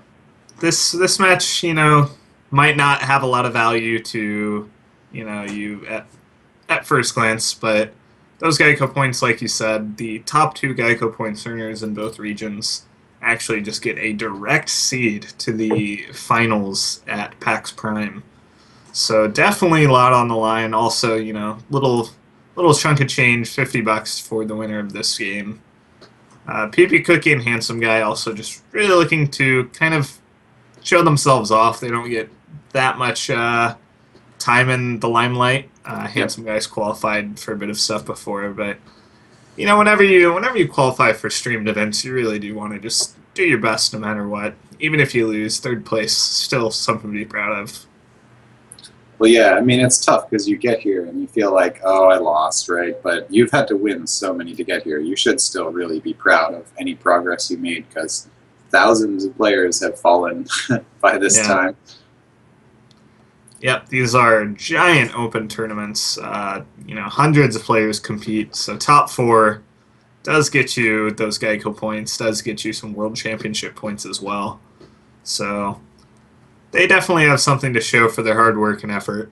And hopefully we'll see them again in the future and have some tight races for those GEICO point standings going into the later qualifiers. So in this match, we have a druid again, so of course we'll probably have the spectator bug, but they both bring Patron Warrior. We didn't get to see Handsome Guy play his other decks yet, so I'm not actually sure that it's Patron Warrior, but saw Pippy Cookie play his. I think the ultimate tilt here for Handsome Guy is just bringing Druid the 4th time in a row. Yeah. Going for the potential 0-6 with Druid. That would not be fun for him. Yeah, I mean, like, he might just be used to leading with Druid, but I really do hope he picks something different. Having gone 0-3 with it, you just would not be able to make the best decisions in that mindset. I wouldn't mind him picking it first, but if you lose with it again, might be time to switch just to clear your mind. It could be like a tactical pick to pick it first, and that your opponent maybe was just watching those games, so they think there's no way he's actually going to pick Druid first now. Yeah, nobody expects you to throw a rock 4 times in a row. We'll see what he picked. Looks like PB Cookie went with Hunter first, so that's going to be that hybrid Hunter deck. And Handsome Guy went with Warrior. So changing things up, we're going to get to see his Warrior deck. Good start. He's got a Leper Gnome. Ooh, that curves out beautifully, actually. And against a Warrior, the Warrior didn't have an answer to the Leper Gnome, so suddenly there's a lot of face damage. Yeah. The double Savannah High main also lots of good stuff in this matchup. Basically, if you can curve Savannah High main into Savannah High main, very hard to deal with. Pushes a lot of face damage, and especially with the Wolf Riders and Arcane Golems in his deck, I can really push some, just enough to end up killing the Warrior late game. And now this Unstable Bull is really not that great because of the Glaive Zuka buff. No, I mean, it still killed the Leper Gnome, so you're probably okay with that. Yeah. But, this opening is just going to be absolutely brutal. If Pibby can put anything together for turn 4 or 5, like, he doesn't even need to get something on both of those, but just a single turn with the okay play, and then into double high main is going to be ridiculous because the Warrior's already taken so much. There's no way the high mains won't go face, and then you just can't kill them that fast. Yep. It is going to be pretty weak turn from the Warrior here, but like you said, the Hunter really needs to draw something to piece together in this next turn or two. And Leper Gnome, it's average enough. You get to squeeze in the hero power as well, so... Yeah, the fact that the Wolf Rider survived, I think, is... 6 the damage game's almost from over. Guy. Oh, man. Yeah, it always feels really bad when it's like, you're facing down a lot of face damage, you're kind of stabilizing, and then suddenly Savannah High mains.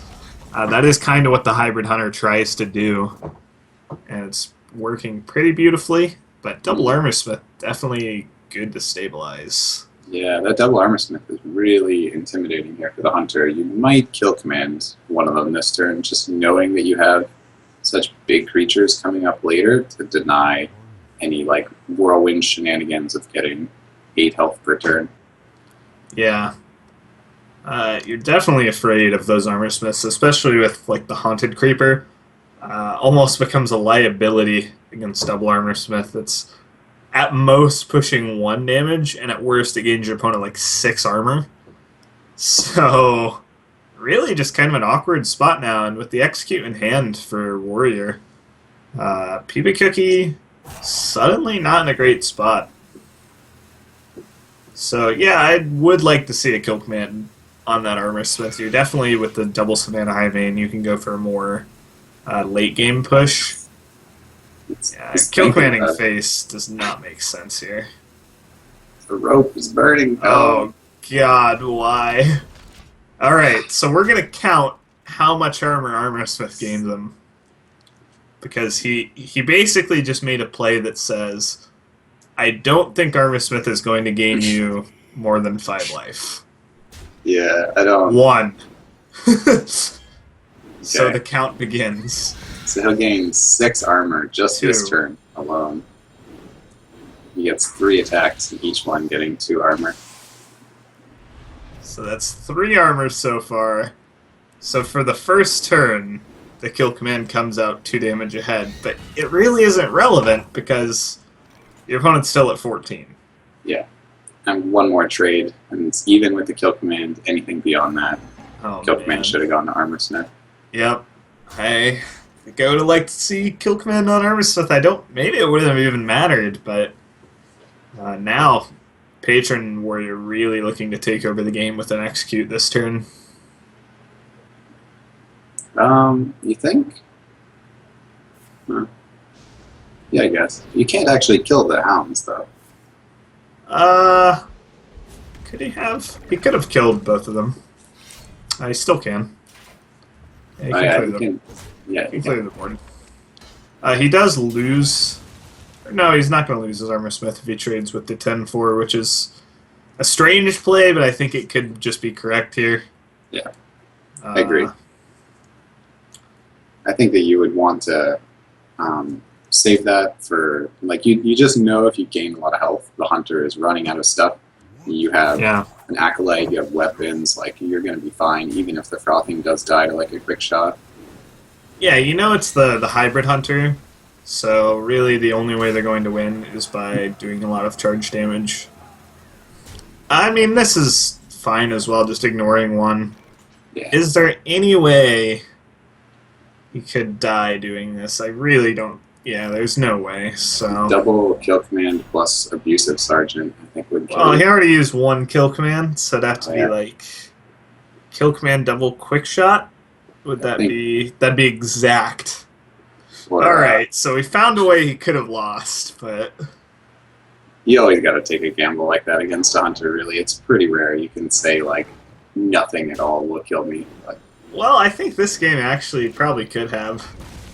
Just double armor smith creates some crazy circumstances, but the hunter actually did the trading for him, and now things aren't looking good for the hunter.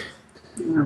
I mean, it's not looking good for the hunter, but then the warrior, well, battle rage is great. I was going to say that the warrior only gets 1 card this turn from the acolyte, and he doesn't really have any good creatures to play, but suddenly he's getting an enormous number of cards, and Yeah. I think it's all over. Yeah, I mean, at this point, he can just ignore Savannah High Main even. It's only going to do 6. He's at 16.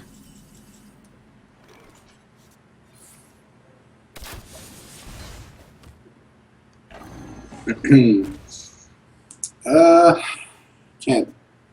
You can kill just the entire hymen, I guess. There's no way to kill the hunter yet. How much do you demoralize your opponent is the real question. Do you really make him feel bad? Do you just grind him out? I wonder why he traded the loot hoarder. He could have used the taskmaster on the. This is really interesting. He's just like playing his cards. Doesn't even really care anymore. He has so this many guy. ways to clear this, yeah. You throw the inner rage on the hound? No, you trade. There's like a lot of questions of value there if you really took the time to consider it in a closer fight, but that just does not matter. Yeah, really doesn't matter in this game, so... PP Cookie going to concede. You know, Handsome Guy gets a win on the board finally. That was a good game by Handsome Guy. PP Cookie made a mistake by not kill commanding the Armor Smith, but I don't know if it would have mattered. Like, he actually had a really good opening into double high main, and he still kind of lost convincingly. Yeah, the Wolf Rider, kind of the hybrid hunter deck, it plays a lot of fragile minions early on. So, like, the Wolf Rider on 3 gets 6 damage, but 6 damage only really matters if you can kill your opponent. Yep. And with double Armor Smith, you're suddenly forced into this game where, like you said, you have to kill command an Armor Smith. You have to play for board. And Wolf Rider, not a good card at playing for board. A lot of hunter decks don't run it. The aggro deck sometimes even doesn't run it. It's kind of being phased out as it's very weak to stuff like Whirlwind and doesn't help you fight for board. But yeah, we really saw the hybrid hunter kind of fall flat that game, and maybe just a more mid-range or more aggro hunter would have succeeded. Yeah, I think the like full aggression hunter would have done better there because he got so much early face damage that he could have just kept charging. It looked like a better opportunity. Yeah, one of the really key turns last game was him not having a good turn 4. Yeah. He had Leopardome hero power. Something like a Shredder would have been much, much better. So this match, Rogue versus Zoo Warlock, I like this match. It can go either way. I'd say the options are often more in the Rogue's hand for how they want to like prepare and set up for a very specific turn where they remove everything. And the Warlock is trying to do a lot of damage, but also just create problems that the Rogue might not be able to deal with. Yeah, it's definitely a very interesting matchup. They can really go either way. Rogue basically kind of playing a control side of things, and the Warlock sort of an aggressor, but you know, these Warlock decks, even the Zoo decks have been getting slower. Mal'Ganis, Voidcaller, stuff like that really turns it into more of a mid-range deck that can flip on the aggression switch.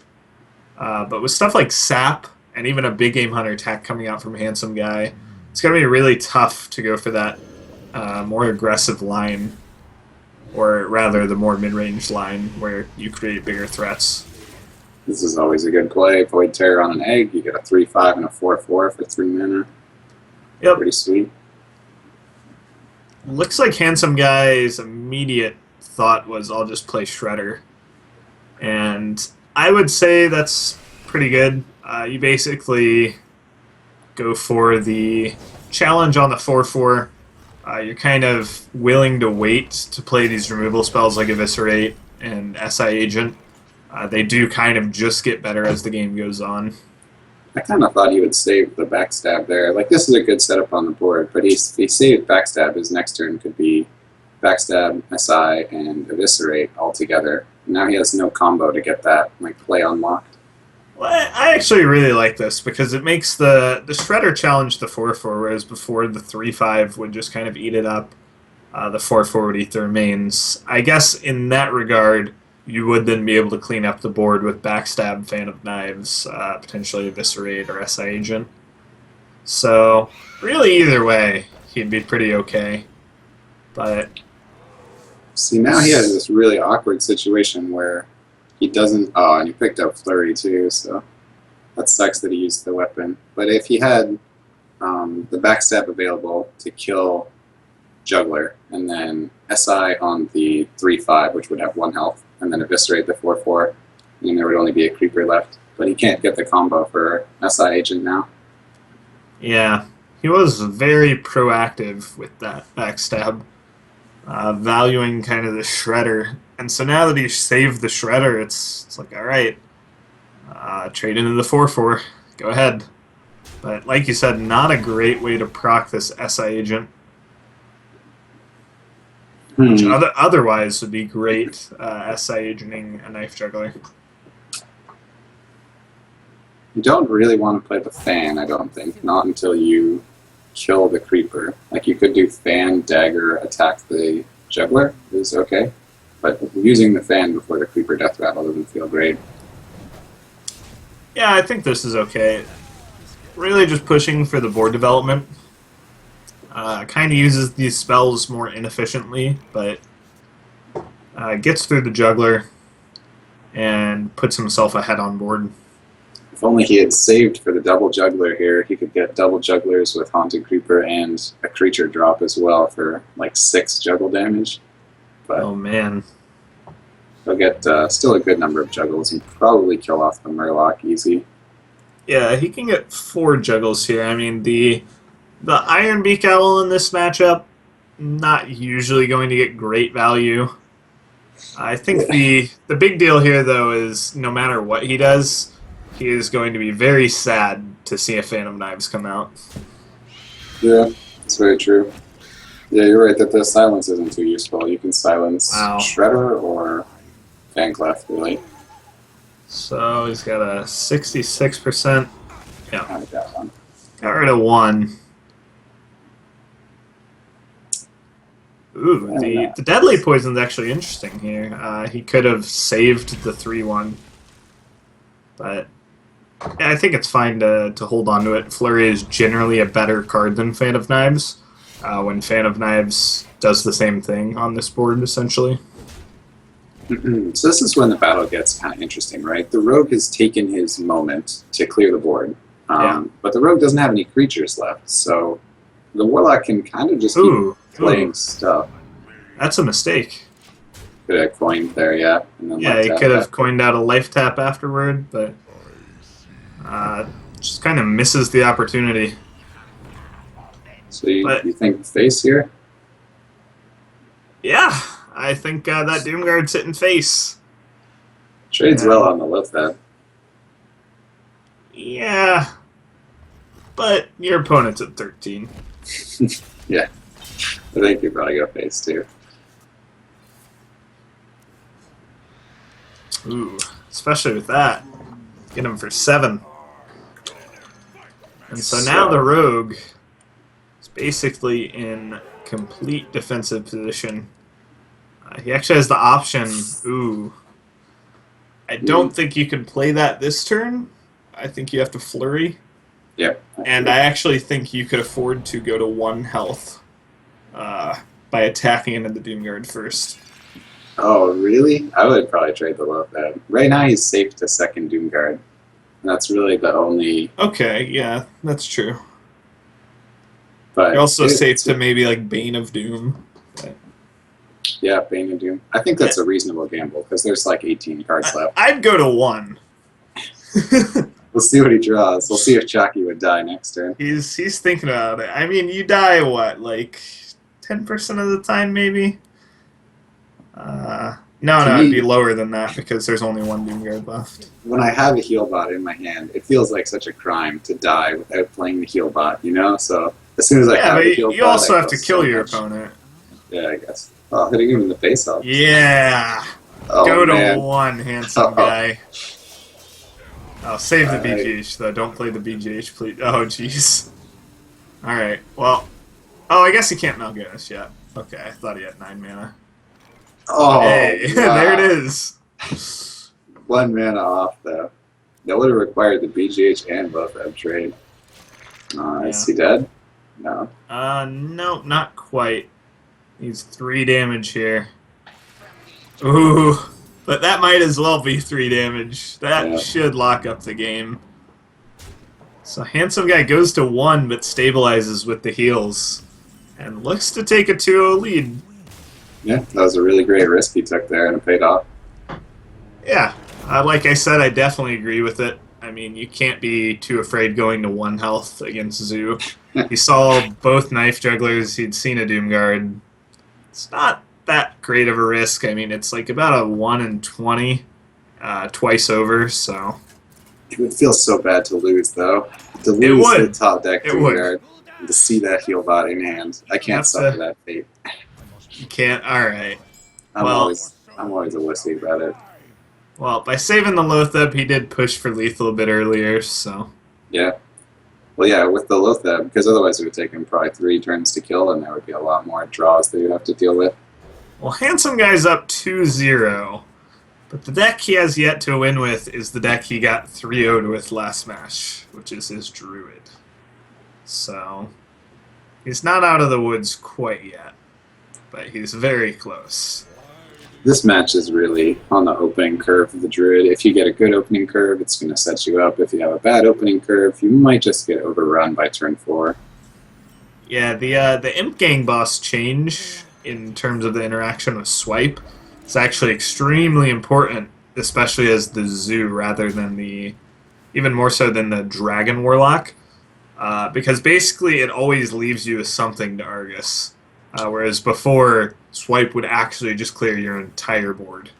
So he could have actually played turn 1 Shredder there. He chose to save the coin, which, is reasonable, but turn 1 Shredder into a Voidwalker is pretty tempting. Yeah, especially against Zoo, where basically if you stay ahead on the board early, you're in pretty great shape. Well, and to me, the way that gets punished is Abusive Sergeant on the Voidwalker, but then your turn 2 would be Hero Power to kill the Abusive Sergeant, so you'd still be playing curve. You'd be super happy if he abusive, because you'd still get an attack out of the Shredder from the second body. Your opponent's basically giving you Wind Fury, and you get to Hero Power off the abusive. Oh, you need a swipe now. Maybe not quite yet, but... Yeah. Sylvanas is actually surprisingly okay. Well, against Implosion is one of the things that's weaker too, but it can create some weird board states where it basically acts like a taunt, because if you're not close enough to getting lethal, then Sylvanas is essentially a taunt. Handsome Guy not happy to see Argus here, though, especially with the 2-3 drop from his Shredder. This is a very dominant board position for the Zoo player. Yeah. Yeah, I mean, he could have Implosion there too, but I think I like the Argus play. Getting Argus on Argus is great here. Divine Shield is always pretty amazing. Yep. I really like to play minions before spells in this matchup. Handsome Guy just feeling the pressure of the Druid right now. He has absolutely no play in Sand. Oh, man. Flashbacks coming back as he's about to lose his 4th match with Druid in a row. Just needs to pick up 1 win. Oh, does this Savage Roar even do anything? Lets him kill the 2-2. That's it. Oh, man. Oh, God. Feels bad, man. Definitely. Keeps getting worse, too. Yeah. It's going to be a slow, painful defeat from what it looks like. A swipe would be good, but I don't think it'd be enough. He's taking so much damage. What did he draw? Okay. That won't help much. The Direwolf functions so well against taunt creatures. Almost to the point where he might as well have just charged it. Yeah, that's true. I mean, he has so many 1/1s on the board that Direwolf is just paying off. Charging it into the Direwolf would have essentially gained him the same effective health.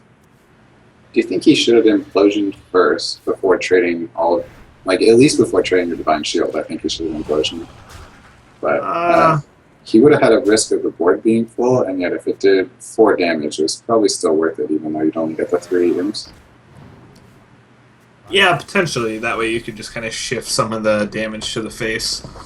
But obviously, not going to matter in this game, as Handsome Guy basically had nothing going for him. He did have that Innervate, but the Shredder got dealt with really well by Imp Gang Boss into Argus. And PP Cookie kind of on a comeback train now. Yeah, I mean, if there's anything that he can punish well, I think it is a Druid deck. A Mid-Range Hunter and a Patron Warrior could both easily take games from the Druid. Yep, so we're going to get into Game 4 ASAP here. And we see another Innervate from Handsome Guy, but also pretty good hand from PP Cookie with the Despite. There are those swipes he was needing last game. Yeah. Do you think you just keep the whole hand as Baby Cookie? That's a pretty good hand. Yeah, the Emperor is a little debatable. You basically have to weigh the risk of if you can get off a clean Emperor turn against Druid with the tools you have. Dread Corsair works pretty well with the Despite. Acolyte gives you draw with the Despite. You could just keep the whole hand, yeah. But decides, I think, to go for more aggressive mulligan, and he kind of got rewarded by drawing that patron. Yeah. Needs death, or not Deathbite. Inner Rage or Whirlwind now. He can set up his ultimate patron opening. Yeah, and not a good start for Handsome Guy again. It's kind of been a common trend. He has an Innervate. It's not that bad. Yeah, he doesn't really have anything to innervate out, though, quite yet. So he can Innervate Boom on 5, which would be the same turn that patrons were coming into play. Yeah. Ouch. Oh, man. Just pure power and pass, maybe. Yeah. We'll get to silence the Acolyte next turn, which is pretty good. Yeah. You actually know that you're playing into silence, so you could potentially like coin Gnomish Inventor since you don't have the play for patron yet anyways, and then just wait. It's interesting to note, if your opponent goes Keeper on your Acolyte, you do just get to Despite it and set up for basically what is a perfect patron turn. Yeah, now it's not only a perfect patron turn, but he has the potential for the Unstable Ghoul to give him a 6 patron instead of just a 4. So I think this Keeper isn't even good. It's just like a reason to Despite, essentially. I mean, he would have happily just like Despited face, but at this point you might be a little concerned that you're going to have too many creatures on the board when the patrons come down. Yeah. Because he has so much patron potential there, you want to maximize how many you can fit, and you can get up to 6 if the ghoul's still alive. I also think he's just kind of thinking, if he kills off that ghoul and he whirlwinds twice, the Dread Corsair just becomes a 3-1. You'd much rather have it be a 3-2. Helps you a lot more against Hero Power, Wrath, Swipe.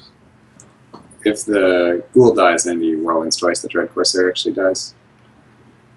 Yeah. So yeah, I agree. Yeah, lots of whirlwind stuff gonna happen.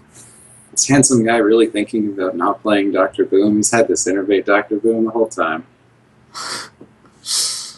Yeah, he has the option. Dr. Boom, taunt.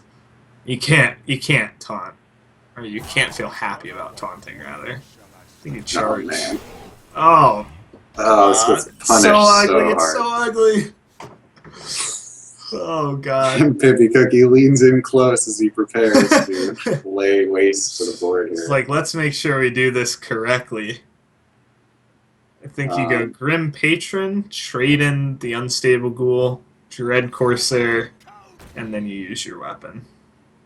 Do you use the... I don't think you play the Dread Corsair here. The Acolyte will still be alive when the round of patrons is coming, so you'll miss a patron. Oh, are you going to Whirlwind, too? Oh, I would Whirlwind. You get 6 out of it.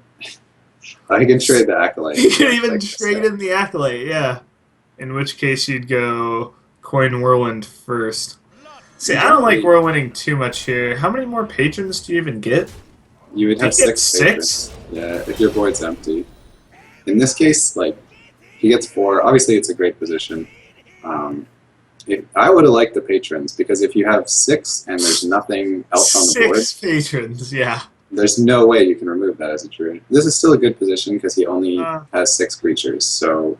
The Dread Corsair is really important here because it blocks out some of the Force of Nature potential. I don't think it matters too much with 4 patrons, but yeah, I mean, Wrath Swipe is just barely off of being able to do anything here, really. I think Wrath and silence the full health one, and then you try to swipe next turn, but like you're taking damage each turn, which is Yeah, I can see that for sure. Looks like he's just going to deal with two of the patrons. He could point or innervate out the Wrath to deal with a third. It's a good play. He's hoping he gets to swipe off this last patron next turn. So do you Whirlwind now, just to spawn an extra one, which is not super effective. Yeah, it's really not that great. If only he had had 6 patrons, he would still have 3 patrons left. Yeah, the 6 patron play might have been nice. That was a really good play for the Druid there. He had 2 Force of Natures anyways, and then he stops the immediate damage from the board, which is the big problem. Like, eventually you can kill all of this stuff as long as the warrior doesn't have amazing things to go with it. But if you're taking 10 damage a turn, you just kind of run out of time before you can actually kill it all. I think the Frothing here would be really good. The Whirlwind is interesting, though, because he took an unnecessary damage on his Gnomish. I wonder if he was digging for something. Maybe if he drew Battle Rage off of Gnomish, it'd be better to play Gnomish first. So there's that. Also Inner Rage. So yeah, I guess it was correct to dig first. But the second Innervate lets him clear, and the patrons are dealt with for now. Surprisingly. Oh, right as he draws the War Song, too. Yeah. You could War Song this turn. Get a draw off Acolyte. Clear off the board. Put out another, basically a threat with this War Song here. Yeah, I like this play. You've seen him use so much of his damage already, you're kind of thinking, alright, he's probably not going to have more damage left to actually kill that. Of course he does, but yeah, I think we might see this turn into one of those really grindy matches where the Druid tries to win by taunting out at the end of the game. The Warrior deck does have limited damage, and with one of those War Songs out of the way, there is a very real possibility he just kind of runs out of stuff, but he will get an extra draw off Acolyte. So I would say the Warrior is definitely still favored here. Do you think playing the second Force there was good? Like, we can see his hand, and I think that probably Dr. Boom would have been a little stronger just because there's only a Frothing to charge, but you don't know what he has, so it's a big gamble in that. You do have to be a little concerned about War Song. I think mentally it's one of those cards that you see in your mind's like, clear, clear, clear. Do not let that live. But yeah, I mean, potentially Dr. Boom, maybe he should have just kind of taken a risk. Could have gone badly, but the Boombots always give you that chance that your opponent can't go for that Whirlwind combo to kill you. I mean, looking at the draws that happened, I think with the Unstable Ghoul into Frothing, he actually could have had lethal if the Boombots didn't go into the Frothing, but not sure he would have taken that risk, really. I mean, Swipe's pretty good here. Gets to keep clearing off. And assuming the Deathbite's going to go into this 4/4, he is running low on stuff, and Gnomish is a really good pickup in that situation. This is such a close fight now. Like, both players are just running on kind of empty here, trying to draw what they can each turn and just find a little advantage to push over the edge. Yeah, and now I think Handsome Guy's basically out of Wrath, Swipe, and Force of Nature, and Keeper of the Grove. I think he might have one Wrath in his deck, if I recall correctly. So taking extra damage on your minions isn't really as big of a deal as it is normally. So he could even play out this Frothing and this Unstable Ghoul, just max out his Frothing's damage, and set up for lethal next turn. Could it be BGHable? I think that's the one thing you'd want to calculate out. He could make it a 5-attack minion, that way it's not hero power BGHable. Yeah. But instead he made it a 2-attack, which is very strange to me. He could have at least made it a 4 attack. I like the Sludge Belcher really well here. Nothing really trades on it efficiently, and then if you play Dr. Boom, there's Ooh. so much potential to get killed.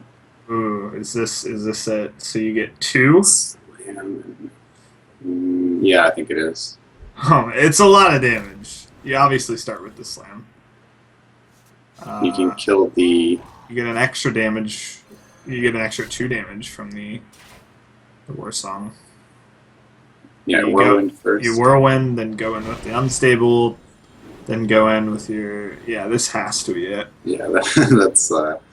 It's going to be 2 Whirlwinds on 6 targets, which is at least 12, and he can get through the taunt. I think Rothing's at 18 or 20 by the end of this. And this is going to take us to Game 5. Handsome Guy cannot get a win with this Druid. Well, the last game is Druid versus Hunter, right? I think it's yeah. Yep. So, PP Cookie has suddenly tied it up. Might be going into what's considered a favorable matchup. It is his, I believe, Hybrid Hunter that he has to win with. And Handsome Guy, 0-5 with this Druid deck. It's really dropped the ball for him today.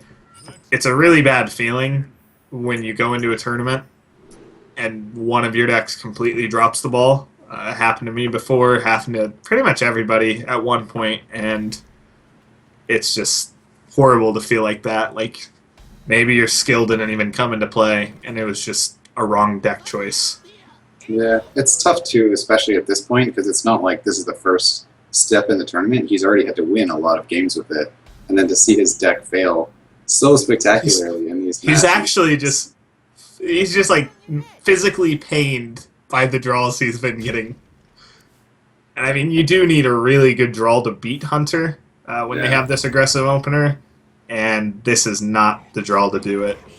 If he picks up Innervate next turn, I think he's still in an okay spot. But without an Innervate... PV Cookie gets a 25% chance to snipe here. He's going to go for it, and now it's a 50%. His head gets a little higher. Here we go. Man. This would probably just end the... Oh, he misses. Okay.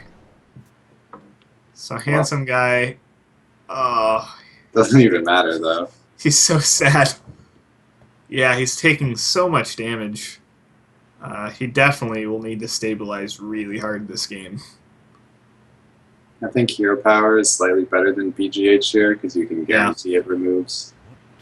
It nets you 1 extra health. And basically doesn't waste a Big Game Hunter. When you play Big Game Hunter, you give your opponent the option of just going face, whereas Hero Powering, you decide for them.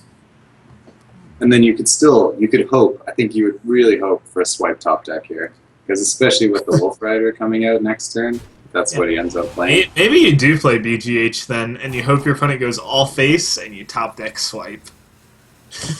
Maybe that's the life you're living. Oh man, this is pretty tough for the Druid, though. Yeah. It's just the nightmare. Going 0-6 with your Druid, getting double Leopardomed, Huntered down in Game 5. Picking up Innervate's not too bad either. You get Innervate to Force of Nature. Yeah, I think the bow top deck is actually really important. Surprised he plays it, though. Yeah, me too. I think Wolf Rider was just better, but he does set up more damage over 2 turns this way. Not sure it matters much. Is that it? That's it. Yeah. Well. It's a bit of an anticlimactic Game 5, and definitely not what Handsome Guy wanted to see. Must feel bad for him.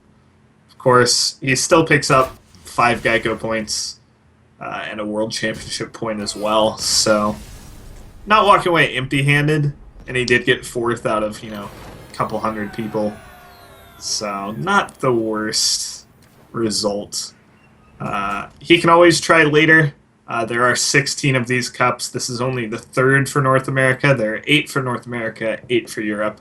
You can go to liquidheart.com to sign up for those. There's actually a European tournament tomorrow. And if you also want to enter a sweepstakes to win a PC from iBuyPower, you can go to geico.onog.gg and enter that during this quick break.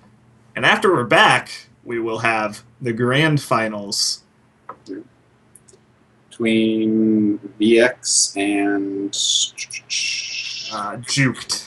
Jukes, right? Yep. So we get to see the priest match again, which will be awesome.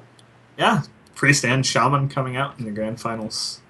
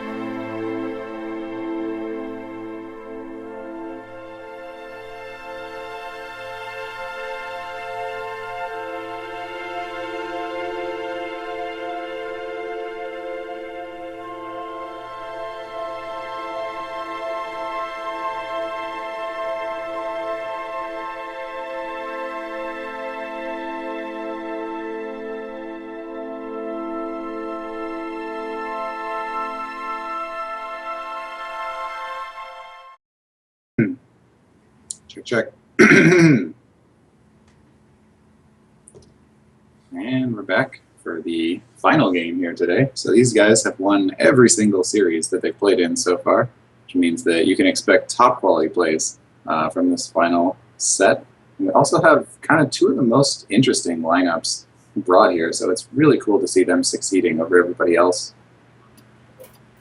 Yeah, I really like both of these players and how they've played. Their lineups, pretty interesting. Always to see players kind of bringing their own flavor rather than just the best classes. And I think it can really show through. Now, Juked actually kind of just self-proclaimed, says he just brought these decks, made it yesterday, crafted Alec here, said, hey, somebody else did really well with Shaman, why can't I? And I'm really interested to see him play.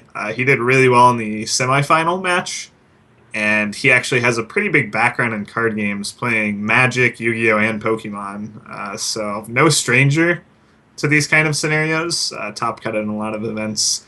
VX we don't know as much about, but he's good friends with Razor, who plays a lot of Priest. He finished 45th Legend on NA last season with Priest, and claims his Druid and Hunter are just net decks, so he's actually pretty much a Priest main. And in this first game, he's actually going to start off with Hunter. And Juked again, leading out with the Shaman. So, Shaman versus Hunter. In the mid-range match, I feel that Shaman has a small advantage just because of hexing high main is so potent. But if the Shaman gets low health, it's pretty hard for them to take it back because they don't have a lot of ways to heal themselves or anything, so then they just end up being defensive the whole game and never putting on pressure. This is a really sick opener from the Hunter, though. I would tend to agree that against the more mid-range Hunter, the Shaman is a little advantage, but this curve from the Hunter is just insane. Yeah. I'd probably like to see him just trade in here. He could push 7 face damage, which is a lot, but it is a little weak to a few things. I'd like to see him just kind of try to get the trap out here. But he is just going to go for it. He could get Lightning Storm this turn, even with maybe an Earth Shock or a Rock Biter. I think the Dark Iron on that Shredder. I think I'd like to see the Storm this turn. Yeah. Goes for Earth Shock first. Needs a good roll on the Storm, but it could end up clearing. But then I guess it's just Rock Biter this turn with this play, yeah. The Storm play I think I liked because it pops your Shredder, which then threatens to pop the Freezing Trap. And there's a 50-50, it clears the entire board. Obviously pretty important 50-50 at that. But this play works out pretty well too. He threatens to Argus up the totem to proc the freezing. I would like to see VX just go ahead and trade into that totem and not get too greedy for the face damage. If he was watching last game, he would have noticed Juke does play 2 Defender of Argus and a Dark Iron Dwarf, so it's very likely he can activate his totems. Yeah, I think once he gets the high main down, then he's not going to bother trading with totems and stuff anymore. But until that point, he's looking for maybe some kind of board control, or at least just to threaten the Shaman on the board to make the Shaman not do any damage to him. Yeah, VX really not happy to see Juke was able to get through that Lothab. Lothab's one of those cards that usually you can count on getting that 5 damage through. But Dark Iron Dwarf, one of the stranger cards that just punishes you, and VX gonna kind of count up damage and think, okay, let's see, if I hear power from here on out, is that going to be too relevant? His opponent's at 17, which isn't that low. So yeah, I agree with the high main here. You just have to hope your opponent doesn't have that Hex off the bat. Yeah, and it pays off really well for him now. You could use the Lightning Storm and the Flame Tongue to clear everything, which also gives you the ability to take the trap and play a totem, so... Yeah, let's see. He's going to... I like this a lot. You can attack face, set up a totem to proc the freezing next turn, and save your 4/4. So, yes, plays very defensively. Also sets up a way to remove the freezing. And VX not happy to see the 1/1. Obviously, we know that with the Flame Tongue, really any totem would be fine to proc the freezing, but the 1/1, of course, doesn't require any the totem now. I believe so. Yeah. Gotta hit the totem with a weapon. Could go face. Like, it's like, do you care? All right, he doesn't care. Yeah. And I don't think the Shaman deck runs any healing. So, yep, the Searing Totem going to get frozen. And so the important thing is actually, for the Shaman, you're in a bit of a race scenario. And this Owl, this is actually, is this game? This is game. So, I don't disagree with Juke's plays. He did need to kill VX very quickly. He didn't have time. But at the same time, I really like the line that VX took this game by just going face. He went for the risk with the high main. It got slightly punished, but not as hard punished as it could have. And with double quick shot and the bow draw, it's going to be able to take this game. Yeah, I think VX played that really well. Normally you need like an Unleash or something to close it out, because the Shaman will build up a board, and then that's often your punishing maneuver, but he just had a good strategy in mind. He knew when he needed to hit those points of face damage, and it worked out pretty perfect. Yeah, really alternated well between trading for the totems when it was convenient and then realized the break point of kind of, okay, let's hit face now. Like, this is it. You put your opponent on a clock with the hero power. If he's aware of Juke's list, he should know that there's no heal bot. It's a copy of Hawkeye's list, so unless he made his own kind of tweak to it and added some healing into it, really no way to stabilize and avoid the quick shots and the Hunter hero power. So I will say that Priest normally has a very favorable match against Shaman. They just have a lot of plays that can pick off the Shaman's like important creatures. Yeah, it is the kind of, I believe it's the Deathlord Light Bomb Priest, which I think is even more favored against the Shaman. Just has a lot of ways to control the board early. You end up having to kind of like hex Deathlords, and then you don't get their negative effect. That game can get really grindy, and I would say the Priest is favored. And also against Druid, I think Priest is favored. Really? Yeah, definitely. Druid's one of Priest's better matchups. You really do want to have a pretty explosive opener. I have much more experience with the injured Blademaster Priest than I do the Deathlord version. And the Priest doesn't have a great opener. Neither does the Druid. And so I would say typically that favors the Priest. But the Druid is still curving out and did pick up a Wild Growth. So yeah, the Druid does have pretty good stuff going on. In my experience playing Priest, I feel like I always die to combo so easily. You never really get a super safe board and then like one creature left over. Suddenly it's all over, which can be a really frustrating style. Yeah, you definitely need to lock down the board pretty early. We do see 2 Holy Fires in VX's deck to try and stabilize. And VX's hand is just awful for a Druid match right now too. Double Shadow Madness. Yeah. It's pretty interesting. Juke also just going face, using the Wrath aggressively to remove Wild Growths, just kind of ramp. He has that combo, and like you just said, the combo is one of the ways where you just win. There's really no ifs, ands, or buts. When you're ahead on board, combo's always a threat. With Wild Growth, you're ahead on mana, and the Priest really just doesn't have a great way to deal with it. I think he has to coin out the Holy Fire this turn even. Yeah. So, like, Juke doesn't have a lot of creatures. If he has dead draws for a turn or two, his combo won't maybe punish enough. Or, oh man, he would have had lethal. Yeah, pretty crazy, but he's going to be very hesitant to play Keeper here because of Cabal Shadow Priest. Yeah. It's Maybe the BGH? It's not something you're thrilled about, and he's thinking, I really want to set up lethal. And actually, okay, wait, Cabal Shadow Priest, he would have lethal with the Innervate combo for exactly 20. And so Keeper could even bait his opponent into losing the game. Because the Priest does not expect to be comboed here. It's a really specific set of cards to have. I actually like what you just said there, how if he Cabals, he's still exactly dead. But the BGH is kind of like the safer play if you weren't thinking about that, because it's not as necessary in a Priest match. This also saves the Keeper for the dual utility of using it as a silence, which works out extremely well on this Sledge Belcher. So basically everything going his way. Draws another Innervate and he's 1 mana off.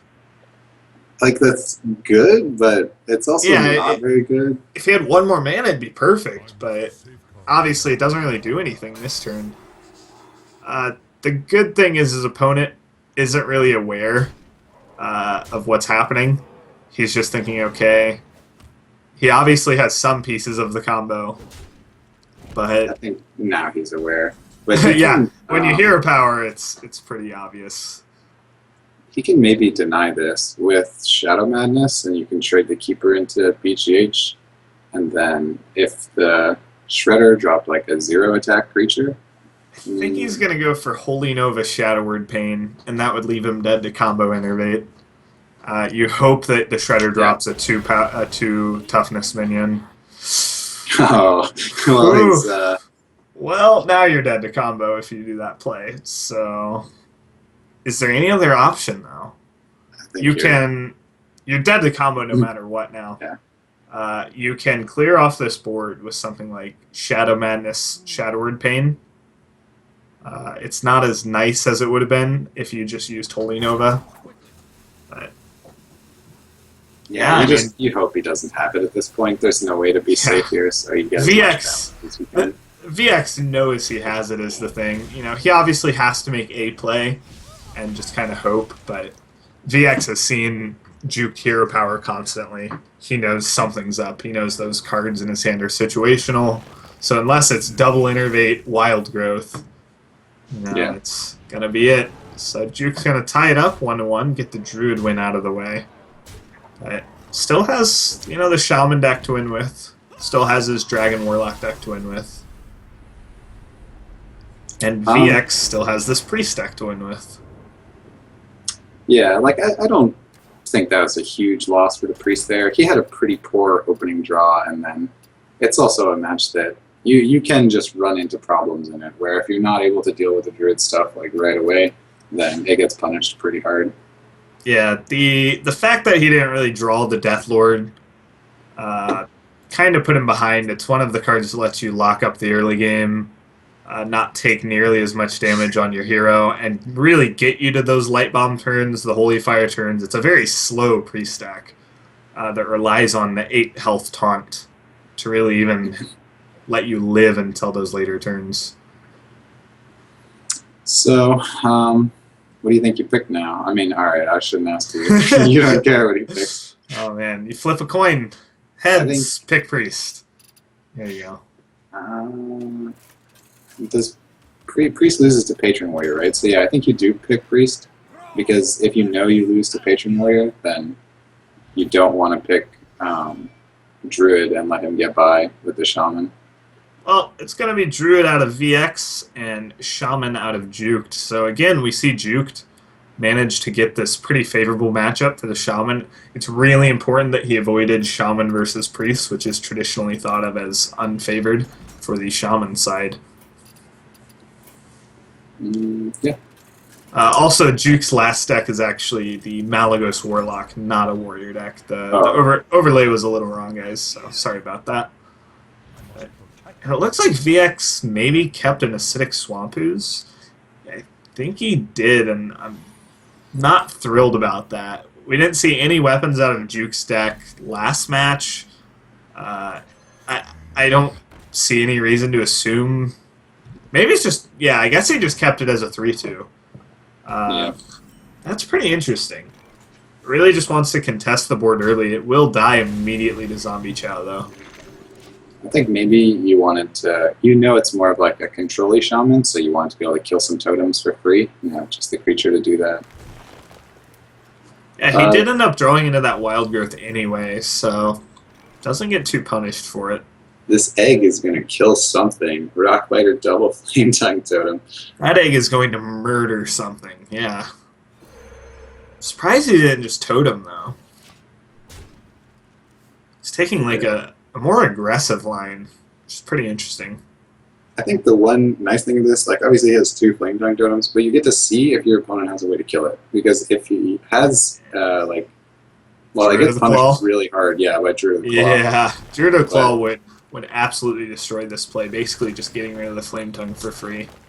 Then he could still play Flame Tongue Rockbiter on the egg and kill the Druid of the Claw. And just because you saw him not do anything there, you might be confident he doesn't have anything. But now he has more cards, obviously. Yeah, so probably going to pop this egg this turn.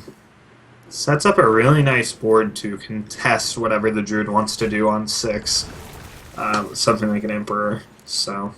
That was, without a doubt, the best totem possible there. Yep. Denies the Druid of the Claw play that we just talked about. Emperor, obviously one of those cards that if you're not in the best of positions can bring you back in the game.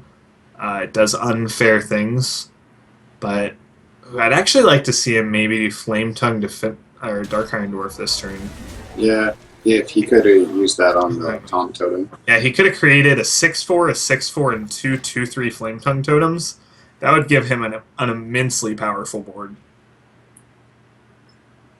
But again, we've seen these plays from Juked that they're more slow, not as tempo based. He's just willing to hold on to these cards, save them for what he considers the perfect moment. He does And have that BGH to maybe do a Dark Iron BGH yeah, combo. yeah, I just feel like you probably wouldn't need that. I guess that play would actually be weak to Force of Nature Savage Roar, since if those two cards got reduced by Emperor, they would be playable on turn 7. He'd be able to clear out both of the 6/4s and a Flame Tongue Totem, leaving him with just a 0/3. But yeah, I gotta think this play was actually a little weaker now that his board's basically contested. I guess he just plays the egg here. He has the other Flame Tongue, so I guess he Yeah, figures the Flame Tongue will die, but I don't even care about it anymore. Ooh, he's even just gonna not use the other Flame Tongue. Again, just very patient, and Oh, is that's that... game.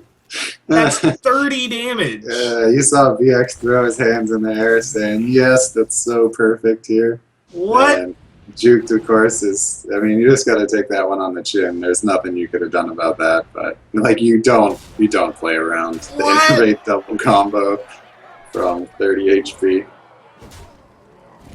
Man.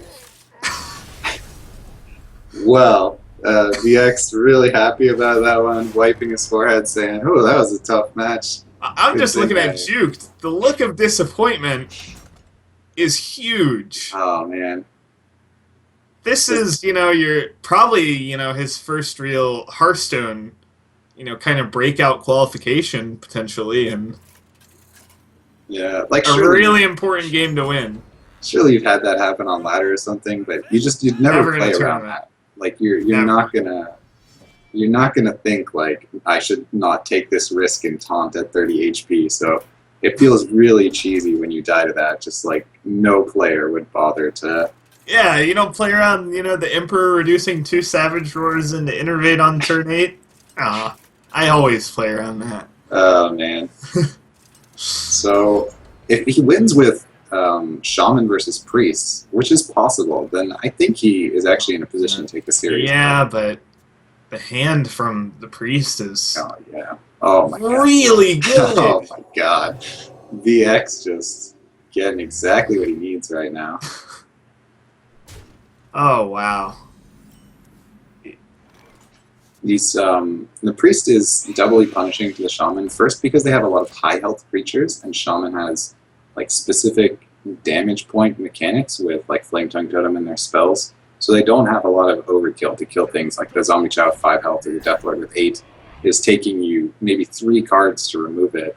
And then the Priest also has these great value plays like Shadow Madness in hand next turn, ready to steal the spiders from his creeper, and there's not a lot you can do about it. Yeah, when you draw both Zombie Chows into Deathlord with the Power Word Shield to stay on curve, like, you cannot ask for more. This is exactly what you need to lock down the board.